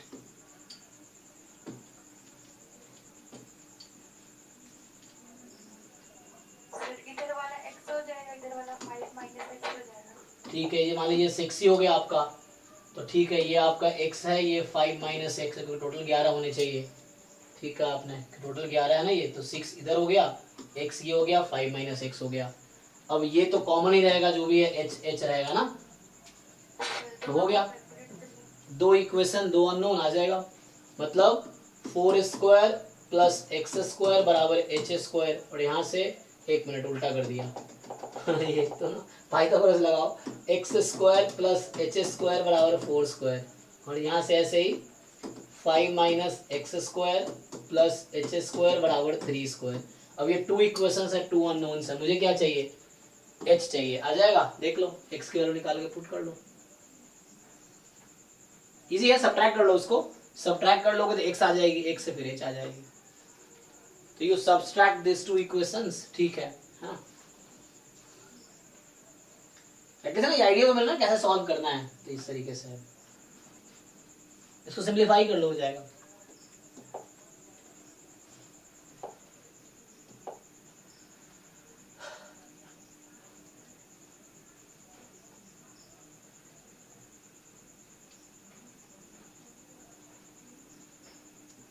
नेक्स्ट बताओ, और कोई डाउट है?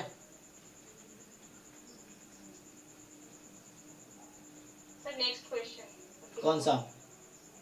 34। तरुण तुमने सारे कर लिए क्या? हाँ सर। नहीं बाकी सर अभी तो नहीं हुए सारे। करो, कितना 50% में कितना टाइम लगता है? यस सर कर लेंगे। हाँ मतलब एक दिन बैठो ऐसे वही कर लेंगे, वो दिन फिर बड़ा मुश्किल है, एक जितना निपटा सकते उतना निपटा, उतना अच्छा है। हाँ तो इसको कल तक फिनिश कर लो। बाकी और लोग क्या है, एकता आपने किया है? सर कुछ हुआ है, अभी कुछ बच्चे हैं। हाँ कंप्लीट करो, 50 के 50 सॉल्व करो क्योंकि एग्जाम है ना। और बाकी साधना आपने ट्राई किया था क्या?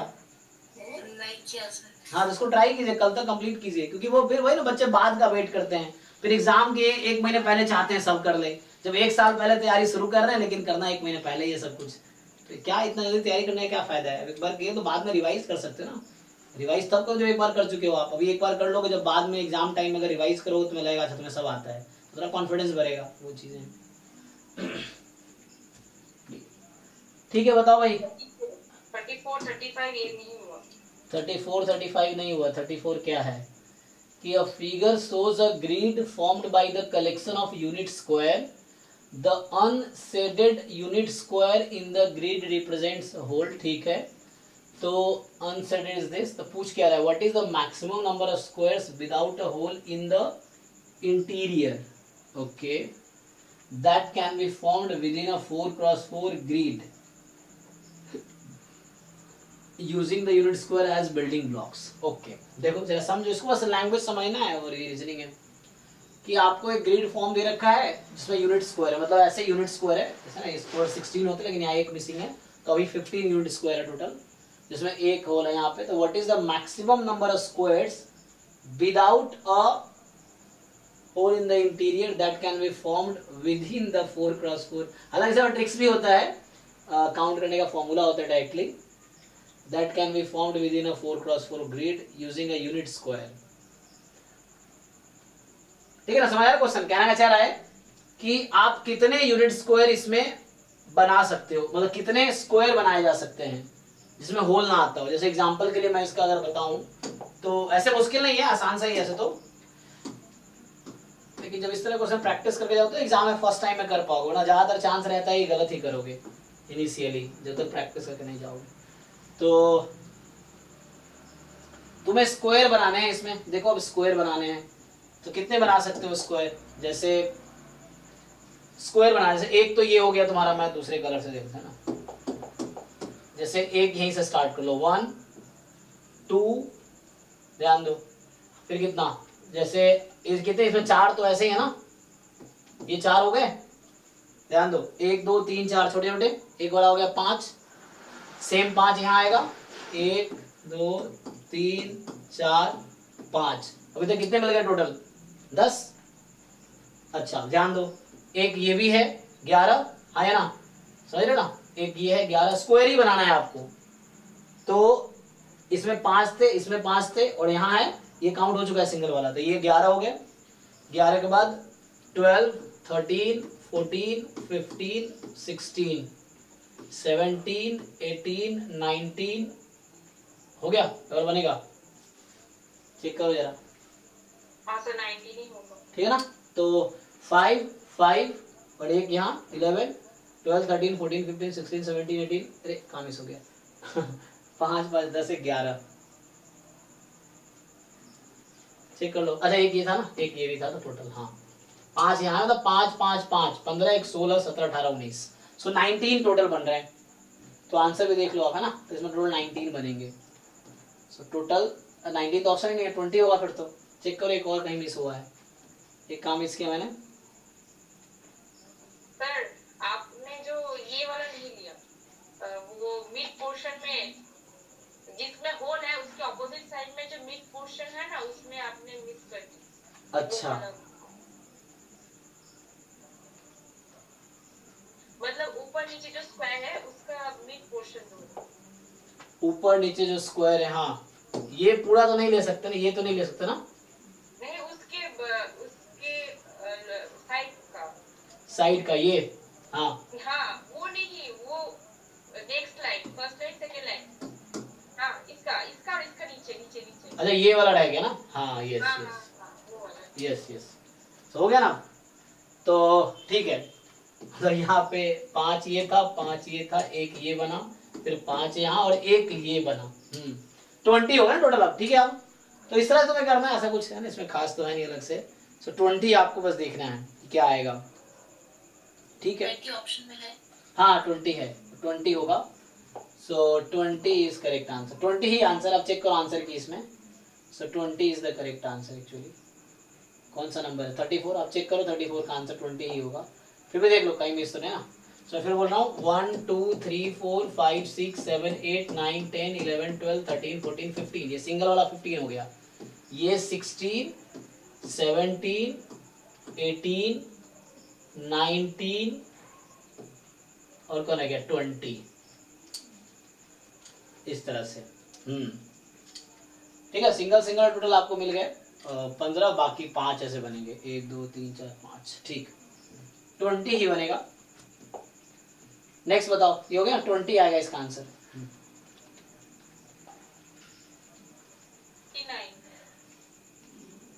39 35 ये भी है।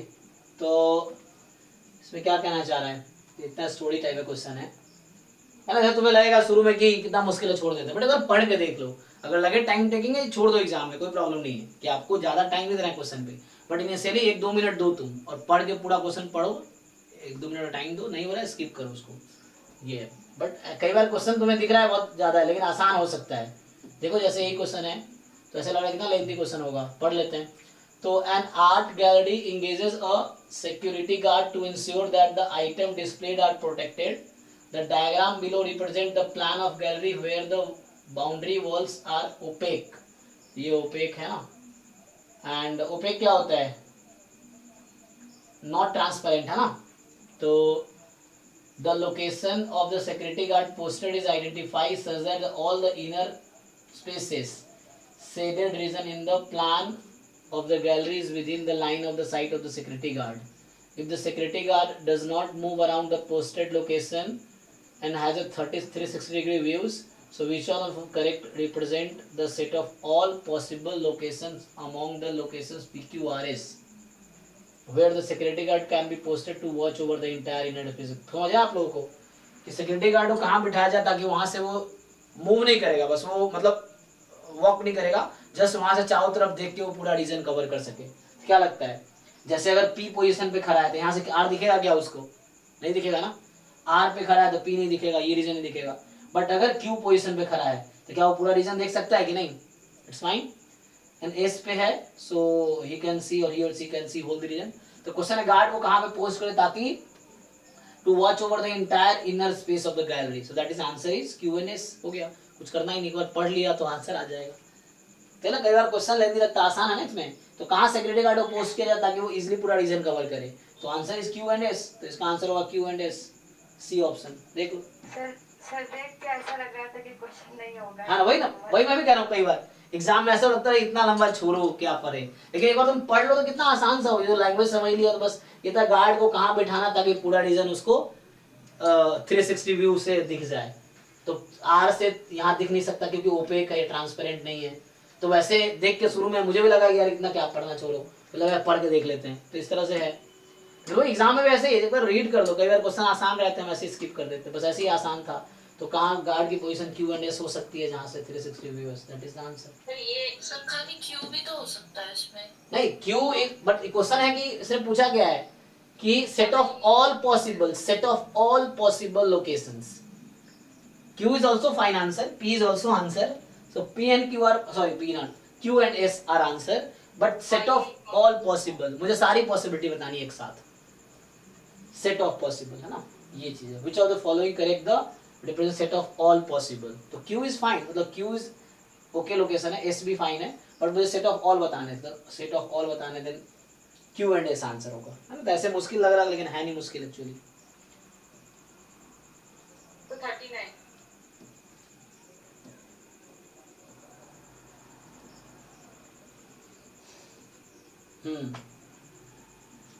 अब ये कह रहा है कि in a class of 5 student PQRST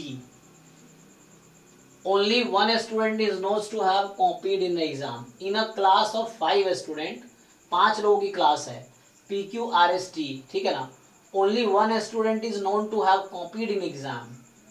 इनमें से 5 में सिर्फ एक स्टूडेंट ने कॉपी किया है। Only 1 student is known to have copied, मतलब एक स्टूडेंट को पता है, only 1 student is known to have copied in the exam, मतलब किसी एक ने कॉपी किया, वही मतलब है ना। So the disciplinary committee has investigated the situation and recorded the statement from the student given below, मतलब किसी एक ने चीटिंग किया है इनमें से, अब उन्होंने ये स्टूडेंट्स का क्या किया, स्टेटमेंट लिया और वो ऐसा दिया हुआ है, ठीक है। P कह रहा है कि R ने कॉपी किया है, अच्छा।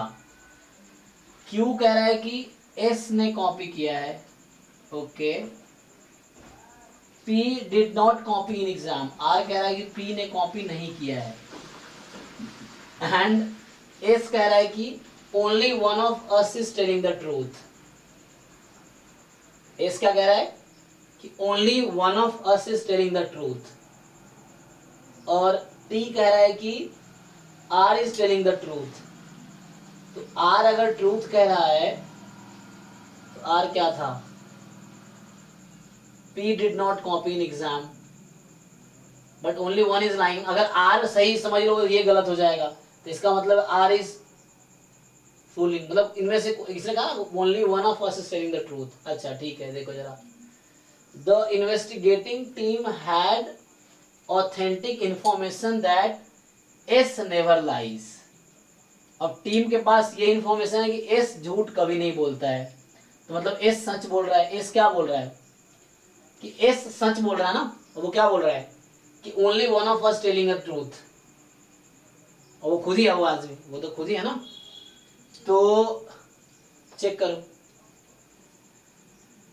Only 1 of us telling the truth, और टीम कैरी, और इसको ये पता है कि ये थोड़ा सा है ना, वैसे हो गया क्वेश्चन थोड़ा सा लॉजिकली, तो एस नेवर लाइज, तो एस सही बोल रहा है ना, तो only one of us is telling the truth and that is S only. फिर तो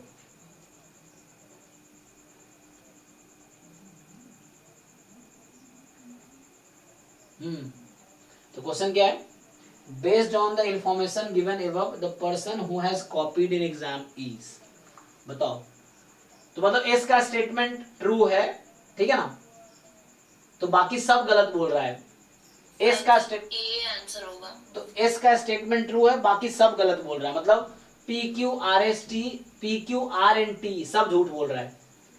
तो R is telling the truth, तो मतलब R is telling false, R false बोल रहा है, मतलब पी कॉपी किया एग्जाम में, पी ने कॉपी किया एग्जाम में। देखो इनमें से कह रहा है कि only one of us telling the truth, और वो एक्चुअली एस ही है वो पर्सन, क्योंकि इन 5 में से कोई एक ही सच बोल रहा है, तो वो कौन सा है, वो एस है। यस सर, वो ऐसे ही हो जाएगा, क्योंकि उसने कहा 5 में से एक ही सच बोल रहा है, और ये तुम्हें मतलब जो टीम है उसको पता है कि एस झूठ नहीं बोलता, तो इन 5 में सिर्फ सच जो बोल रहा है वो एस है, बाकी सब झूठ बोल रहा है। मतलब पी झूठ बोल रहा है, क्यू झूठ बोल रहा है, आर झूठ बोल रहा है, और एस टी झूठ बोल रहा है। अब इसका अपोजिट स्टेटमेंट करो और देखो एक कंक्लूजन मिल जाएगा। यस सर, टी की स्टेटमेंट फॉल्स हो जाएगी, यानी कि आर टेलिंग ट्रूथ गलत है, यानी कि आर गलत बोल रहा है, तो आर बोल कह रहा है T did not copied the exam, यानी कि पी ने कॉपी किया। यस, तो इसका आर टेलिंग द ट्रूथ, लेकिन ये झूठ बोल रहा है, तो मतलब इसका उल्टा कर देंगे, तो आर मतलब झूठ बोल रहा है। आर ने कहा गया है कि P did not copy in the exam, तो ये भी झूठ बोल रहा है, मतलब है ना। यस सर, तो और झूठ बोल रहा है मतलब पी कॉपी एग्जाम, तो मतलब ये कंक्लूजन आया कि पी ने कॉपी किया एक्चुअली। हाँ, तो आंसर ये हुआ कि पी ने ही कॉपी किया एक्चुअली, तो आंसर इज बी। इनमें से कोई एक ही सच बोलेगा वो एस है, तो बाकी सब झूठ बोल रहा है। सबको उल्टा करते जाओ तो हो जाएगा, ठीक है। टी का उल्टा किया तो T is telling the truth, तो उल्टा हो गया टी बोल रहा है कि telling the truth, but T झूठ बोल रहा है, तो सच स्टेटमेंट होगा आर इज टेलिंग फॉल्स।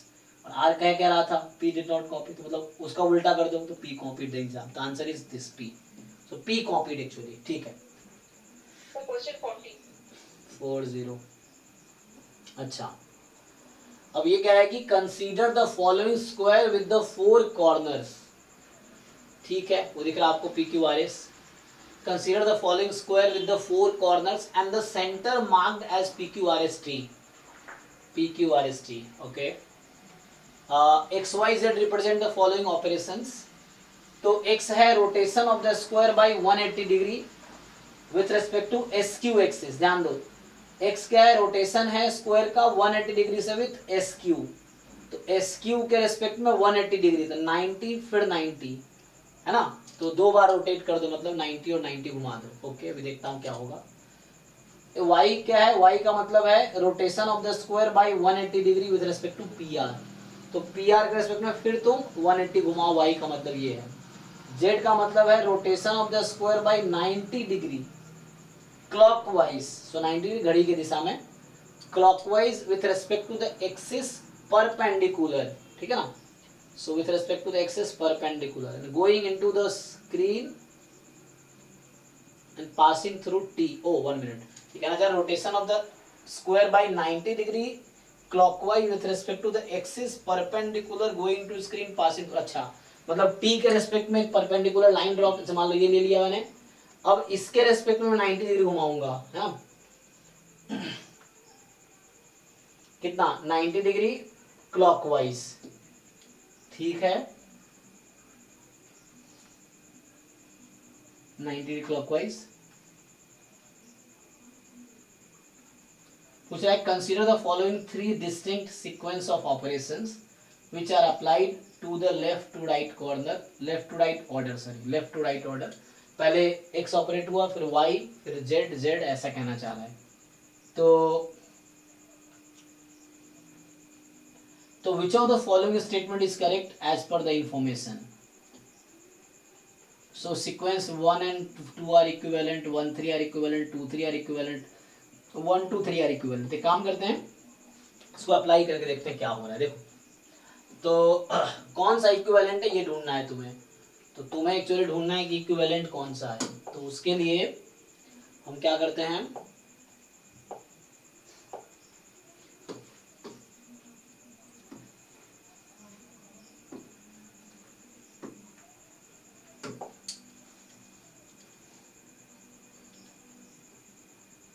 देखो तो ऐसे तो मुश्किल नहीं है, इसमें क्या करना है आपको कि जैसे यही है, मतलब मेरा अभी क्या है यहाँ पे एस आर है ना, P Q R S, P Q R S और बीच में है टी।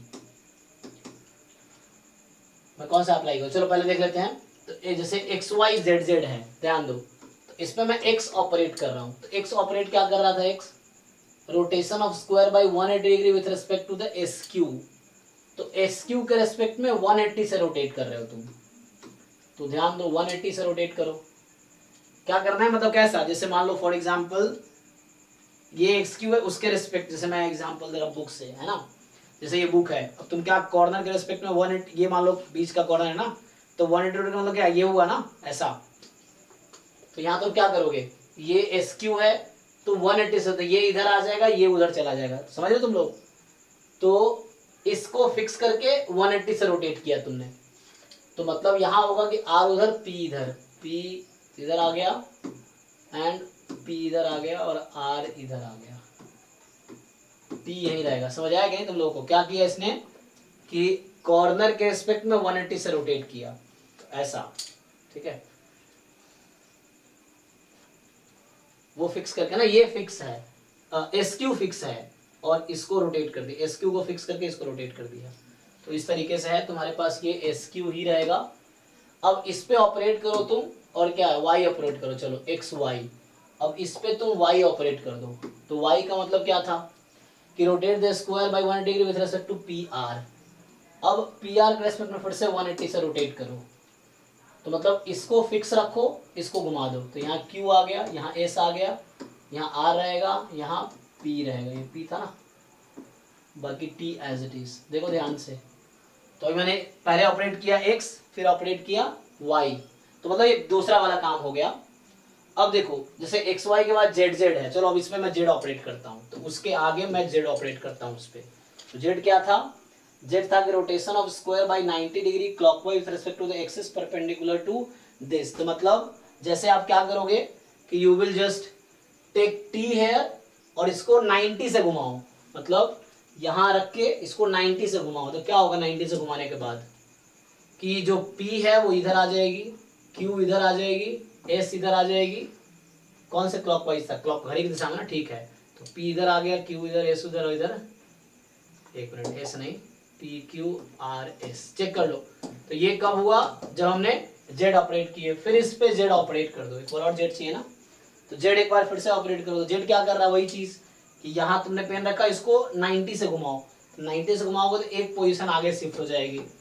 तो 90 से घुमाने का मतलब है कि R यहाँ आएगा, S यहाँ आएगा, मतलब है ना, यहाँ लिख दो, फिर वापस P इधर और Q इधर, 90 डिग्री से रोटेट करो, 90, तो इधर, तो क्या हो गया, अब देख लो एक बार ध्यान से। अब क्या जेड जेड जेड जेड, अच्छा इसका क्या है, जेड जेड जेड जेड लगाने हैं, तो पहले इन दोनों का देख लो। इनिशियली ये फिगर है और एक्स वाई लगाने के बाद सेम बना था क्या, नहीं, वो बना था आर एस क्यू पी, और एक्स वाई जेड जेड लगाने के बाद बना है P Q R S, equal तो नहीं बना। अब मैं क्या करता हूं, अब इस फिर से वापस आओ, तो ये तुम्हारे पास था पी क्यू आर एस, ठीक। अब क्या करोगे पी क्यू आर एस में कि पी क्यू आर एस, और यहाँ है आपके पास टी, ठीक। तो इसमें लगाना क्या, जेड जेड, एक बार जेड लगाओगे तो क्या होगा, ये यहाँ आएगा, दूसरी बार जेड लगाओगे तो ये यहाँ आएगा, क्यू की बात, मान लो क्यू यहाँ आया, दूसरी बार में यहाँ आया, तीसरी बार में आया, चौथी बार वहीं पहुंच गया। तो मतलब 4 बार जेड लगाने का मतलब क्या है, ये सेम आएगी अलग आएगी, सेम आएगी ना, पी क्यू आर एस और ये टी। तो इस तरीके से आ गया। आप कहना क्या चाह रहा है ये कि which of the following statement is correct as per the information provided, ठीक है, देखो जरा,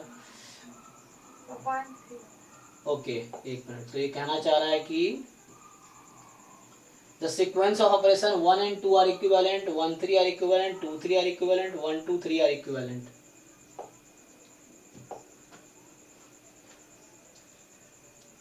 अच्छा PQRS तो मतलब XYZZ लगाने के बाद जो आंसर आया है वही आंसर ZZ लगाने के बाद आया है, तो मतलब ये वाला और ये लगाने के बाद सेम ही आंसर आया है, तो मतलब 1 3 इक्विवेलेंट है, ठीक है ना। Output at the end 4 bar Z लगाओ तो यही बनेगा, और हमने XYZZ लगाया तभी वही बना, आउटपुट सेम है, तो मतलब ऑपरेशन XYZZ और ZZZZ इक्विवेलेंट है, ठीक है।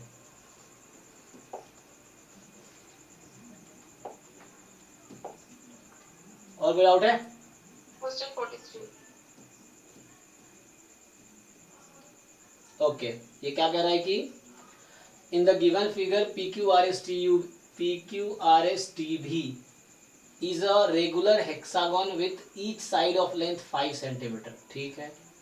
A circle is drawn with its center at V such that it passes through P, okay तो रेडियस मतलब हो गया ना 5 सेंटीमीटर इसका, ठीक है। What is the area of the shaded region, हाँ तो ये तो वो बन गया ना। तो what is the angle in a कौन सा पेंटागन है, हेक्सागन है, हेक्सागन का एक एंगल कितना होता है 120, तो हो ना ट्रायंगल में जैसे एक एंगल है ना, मतलब इक्विलेटरल ट्रायंगल की बात कर रहा हूँ 60, क्वाड्रिलेटरल में मान लो स्क्वायर है या है ना, तो वहां पे बनेगा 90, उसमें जैसे तो इसमें 120 आएगा, तो हो गया ना। तो हम लोग ये पढ़े हैं already, how to find area of the, तो देख लो। तो सिंपली तुम्हें क्या करना है, इस तरह का एक शेप बना है, 120 डिग्री का एंगल है, ये एंगल 120 डिग्री है, ये 5 और 5 है, तो इसका एरिया ही तो निकालना है। तो क्या होता है इसका answer 120 degree by 360 degree into pi R square, क्योंकि टोटल तो 360 है, तब एरिया पाई आर स्क्वायर होता है, तो 120 पे कितना बनेगा, तो 120 बाई 360 हो तो क्या, चेक कर लो, 1236, तो ये पाई बाई 3 और आर तुम्हारा 5 है, तो 5 है तो है ना 25 पाई बाई 3, चेक करो समझ आया कि नहीं, देखो बताओ कोई डाउट है तो 25 पाई बाई 3 इसका आंसर आएगा। This angle is interior angle का फॉर्मूला क्या होता है 2 into n minus 1 into 90 degree, ऐसा कुछ फॉर्मूला था ना, टोटल आंसर था ये, अपॉन में n कर दोगे तो ईच इंटीरियर एंगल आ जाएगा। तो ईच इंटीरियर एंगल का जो फॉर्मूला होता है 2 इंटू n माइनस 2 ऐसा होता था। तो अगर 3 रखूंगा तो क्या आएगा, अगर 3 रखूंगा तो आंसर आएगा यहाँ पे, ठीक है जी।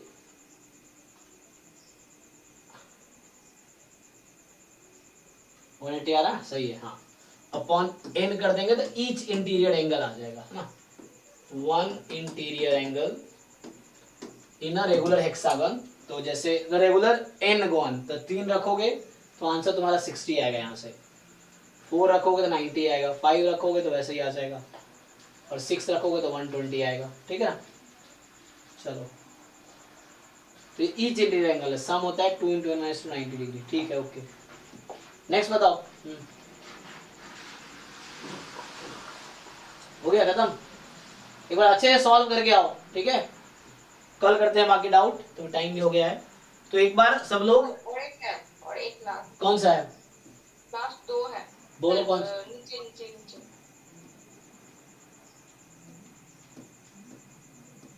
कौन सा नीचे क्वेश्चन नंबर नहीं है 48 49 50, वो ये वाला 49 और 50 दोनों। तो यहाँ पे क्या है, A 30 factorial, B 50 factorial, C 100 factorial. Consider the 4 numbers log C base A, log A base B, log A base B, log C base है ना। Which of the following inequality is correct?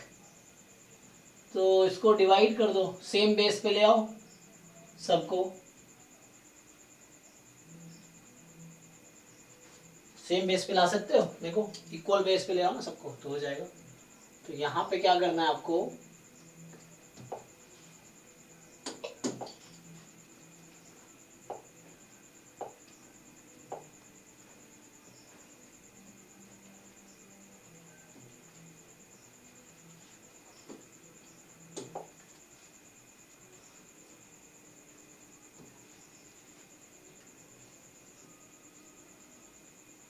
बताओ भाई बाकी लोग।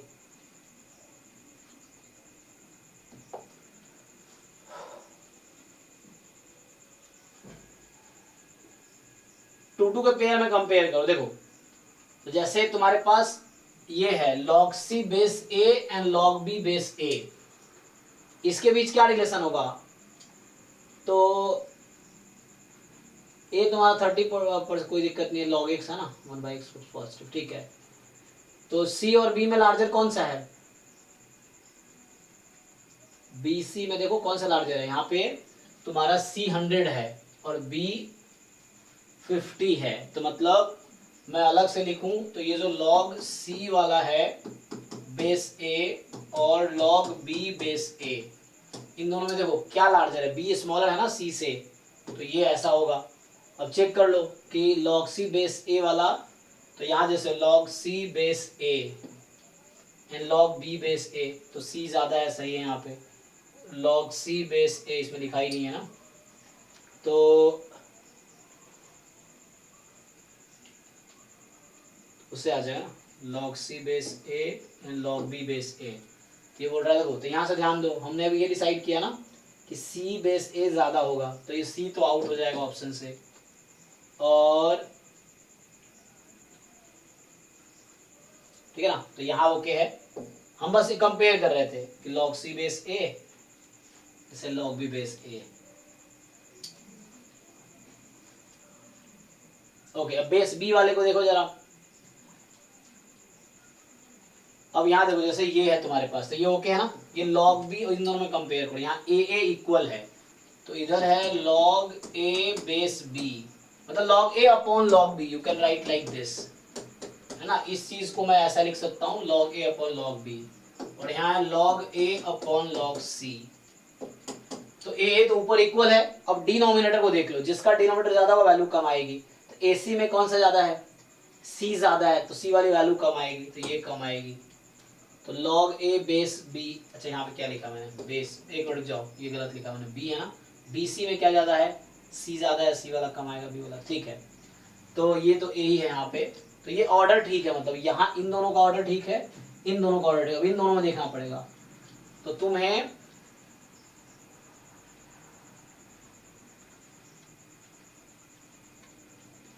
You have to compare, है ना।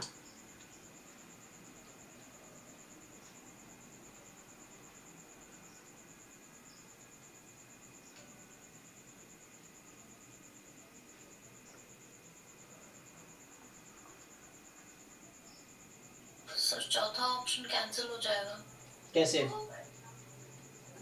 Log हाँ, यही log a base b, log a base c, तो इसमें अच्छा, तो यहाँ पे log a base b, log a base c, तो log a बेस b ज्यादा है, लेकिन ये कम कह रहा है ना, और ये log a base c, okay हाँ। तो log a base b, log a base c, log a base b, तो ये log a बेस c ज्यादा कह रहा है, ये तो कम है यहाँ पे log a बेस c वाला, तो ये भी आउट हो गया। तो a b में से ही कोई एक करेक्ट होगा। चलो अब इसको देख लेते हैं, तो इसमें क्या रिलेशन है बेस b वाले में?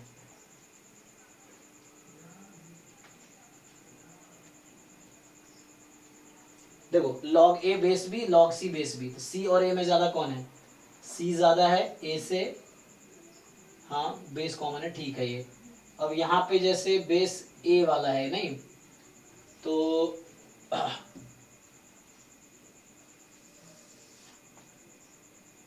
अच्छा बस मुझे ये अब देखना है समहाउ, मुझे log a बेस b और log b बेस a को देखना है यहाँ पे। देखो तो इससे ही डिसाइड हो जाएगा, एक्चुअली यही डिसाइड कर देगा, है ना।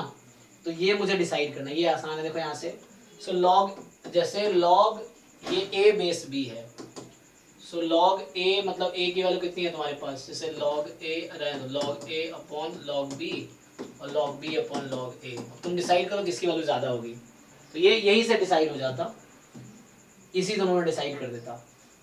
तो log b अपॉन log, अच्छा तुम log a log b में किसकी वैल्यू ज्यादा होगी ये देख लो बस। a b में किसकी ज्यादा वैल्यू है? b ज्यादा है ना, तो log b upon log a more than 1 होगा, log b upon log a क्या होगा? मोर देन 1 होगा ना, क्योंकि log 50 फैक्टोरियल log 30 फैक्टोरियल। तो मोर देन 1, तो log b base a more than 1 ये है, यहाँ log a गलत, तो ये आउट हो गया, तो ये ट्रू हो गया। तो जैसा शुरू में हमने डिसाइड किया था ना log c base a log b base a, तो ये ओके था, ये भी ओके था, बस ये डिसाइड कर लेते तो काम हो जाता, बाकी को ऑप्शन देखना ही नहीं था। तो a सही है यहाँ पे, देख लो, ठीक है ना। मतलब यहाँ लॉजिक ये दिस कैन बी रिटन है, जब ऐसा problem log c upon log a कर लो, बस वो देखना है log a अपॉन है, ये log a upon log b है, log b upon log a है, तो log b upon log a की वैल्यू मोर देन 1 होगी, log a upon log b की वैल्यू लेस देन 1 होगी, तो ये 1 से छोटा नंबर है, ये 1 से ज्यादा नंबर है, तो इसलिए ये ज्यादा है, इसलिए ठीक है, तो हो गया ये। नेक्स्ट क्या होगा,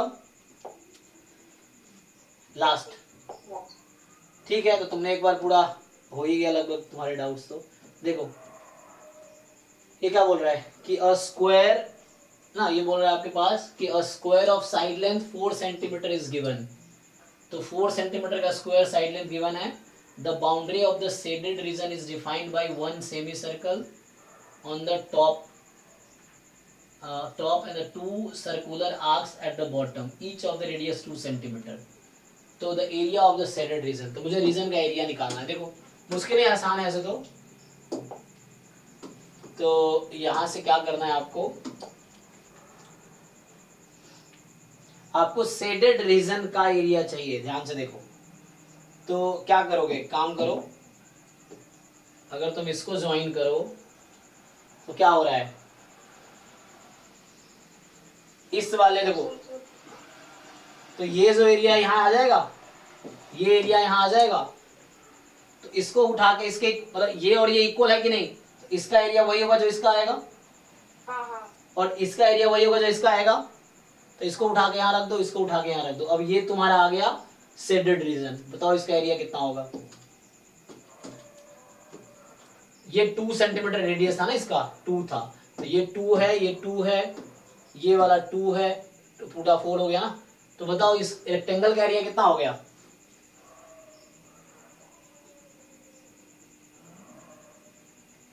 what is area of this rectangle. Area पूछेगा, हाँ एरिया ही पूछा ना तुमसे क्वेश्चन में, क्या पूछा है चेक करो, पूछा क्या था इसमें, the area of the shaded reason. इसको यहाँ ले आओ, इसको यहाँ ले आओ, तो क्या, तो आंसर इज 8, 8 इज आंसर, हो गया 8 इज आंसर, ऑप्शन ए खत्म। तो इस तरीके से आ जाएगा, 50 का ए दे रखा है। तो एक बार तुमने कर लिया, फिर भी तुम एक बार फिर से सॉल्व कर लेना। तो जो 50 के 50 क्वेश्चंस है, एक बार आप फिर से सॉल्व कर लो, अगर कुछ डाउट रह जाए इसमें तो कल हम लोग डिस्कस कर लेते हैं, उसके बाद हम लोग वापस अपने जो मैथमेटिक्स और स्टैटिस्टिक्स का जो पोर्शन का सिलेबस है, क्योंकि मैं बोल रहा हूँ ये कुछ क्वेश्चन जरूर प्रैक्टिस कर लो, चाहे डिफरेंट गेट के एप्टीट्यूड का क्वेश्चन उठा के सॉल्व कर लो, क्योंकि ये 15 मार्क्स का है, ये रैंक इंप्रूव करने में हेल्प करेगा। और वो लोग जिनका कट ऑफ क्वालिफाई नहीं हो रहा है, ये है ना 8-10 नंबर का है, तो हेल्प करेगा कट ऑफ क्वालिफाई करने में, ठीक है। चलो तो अभी के लिए thank you and good night. इसको कंप्लीट करके आना कल, ठीक है, कुछ रह जाए तो बताना। Thank you sir.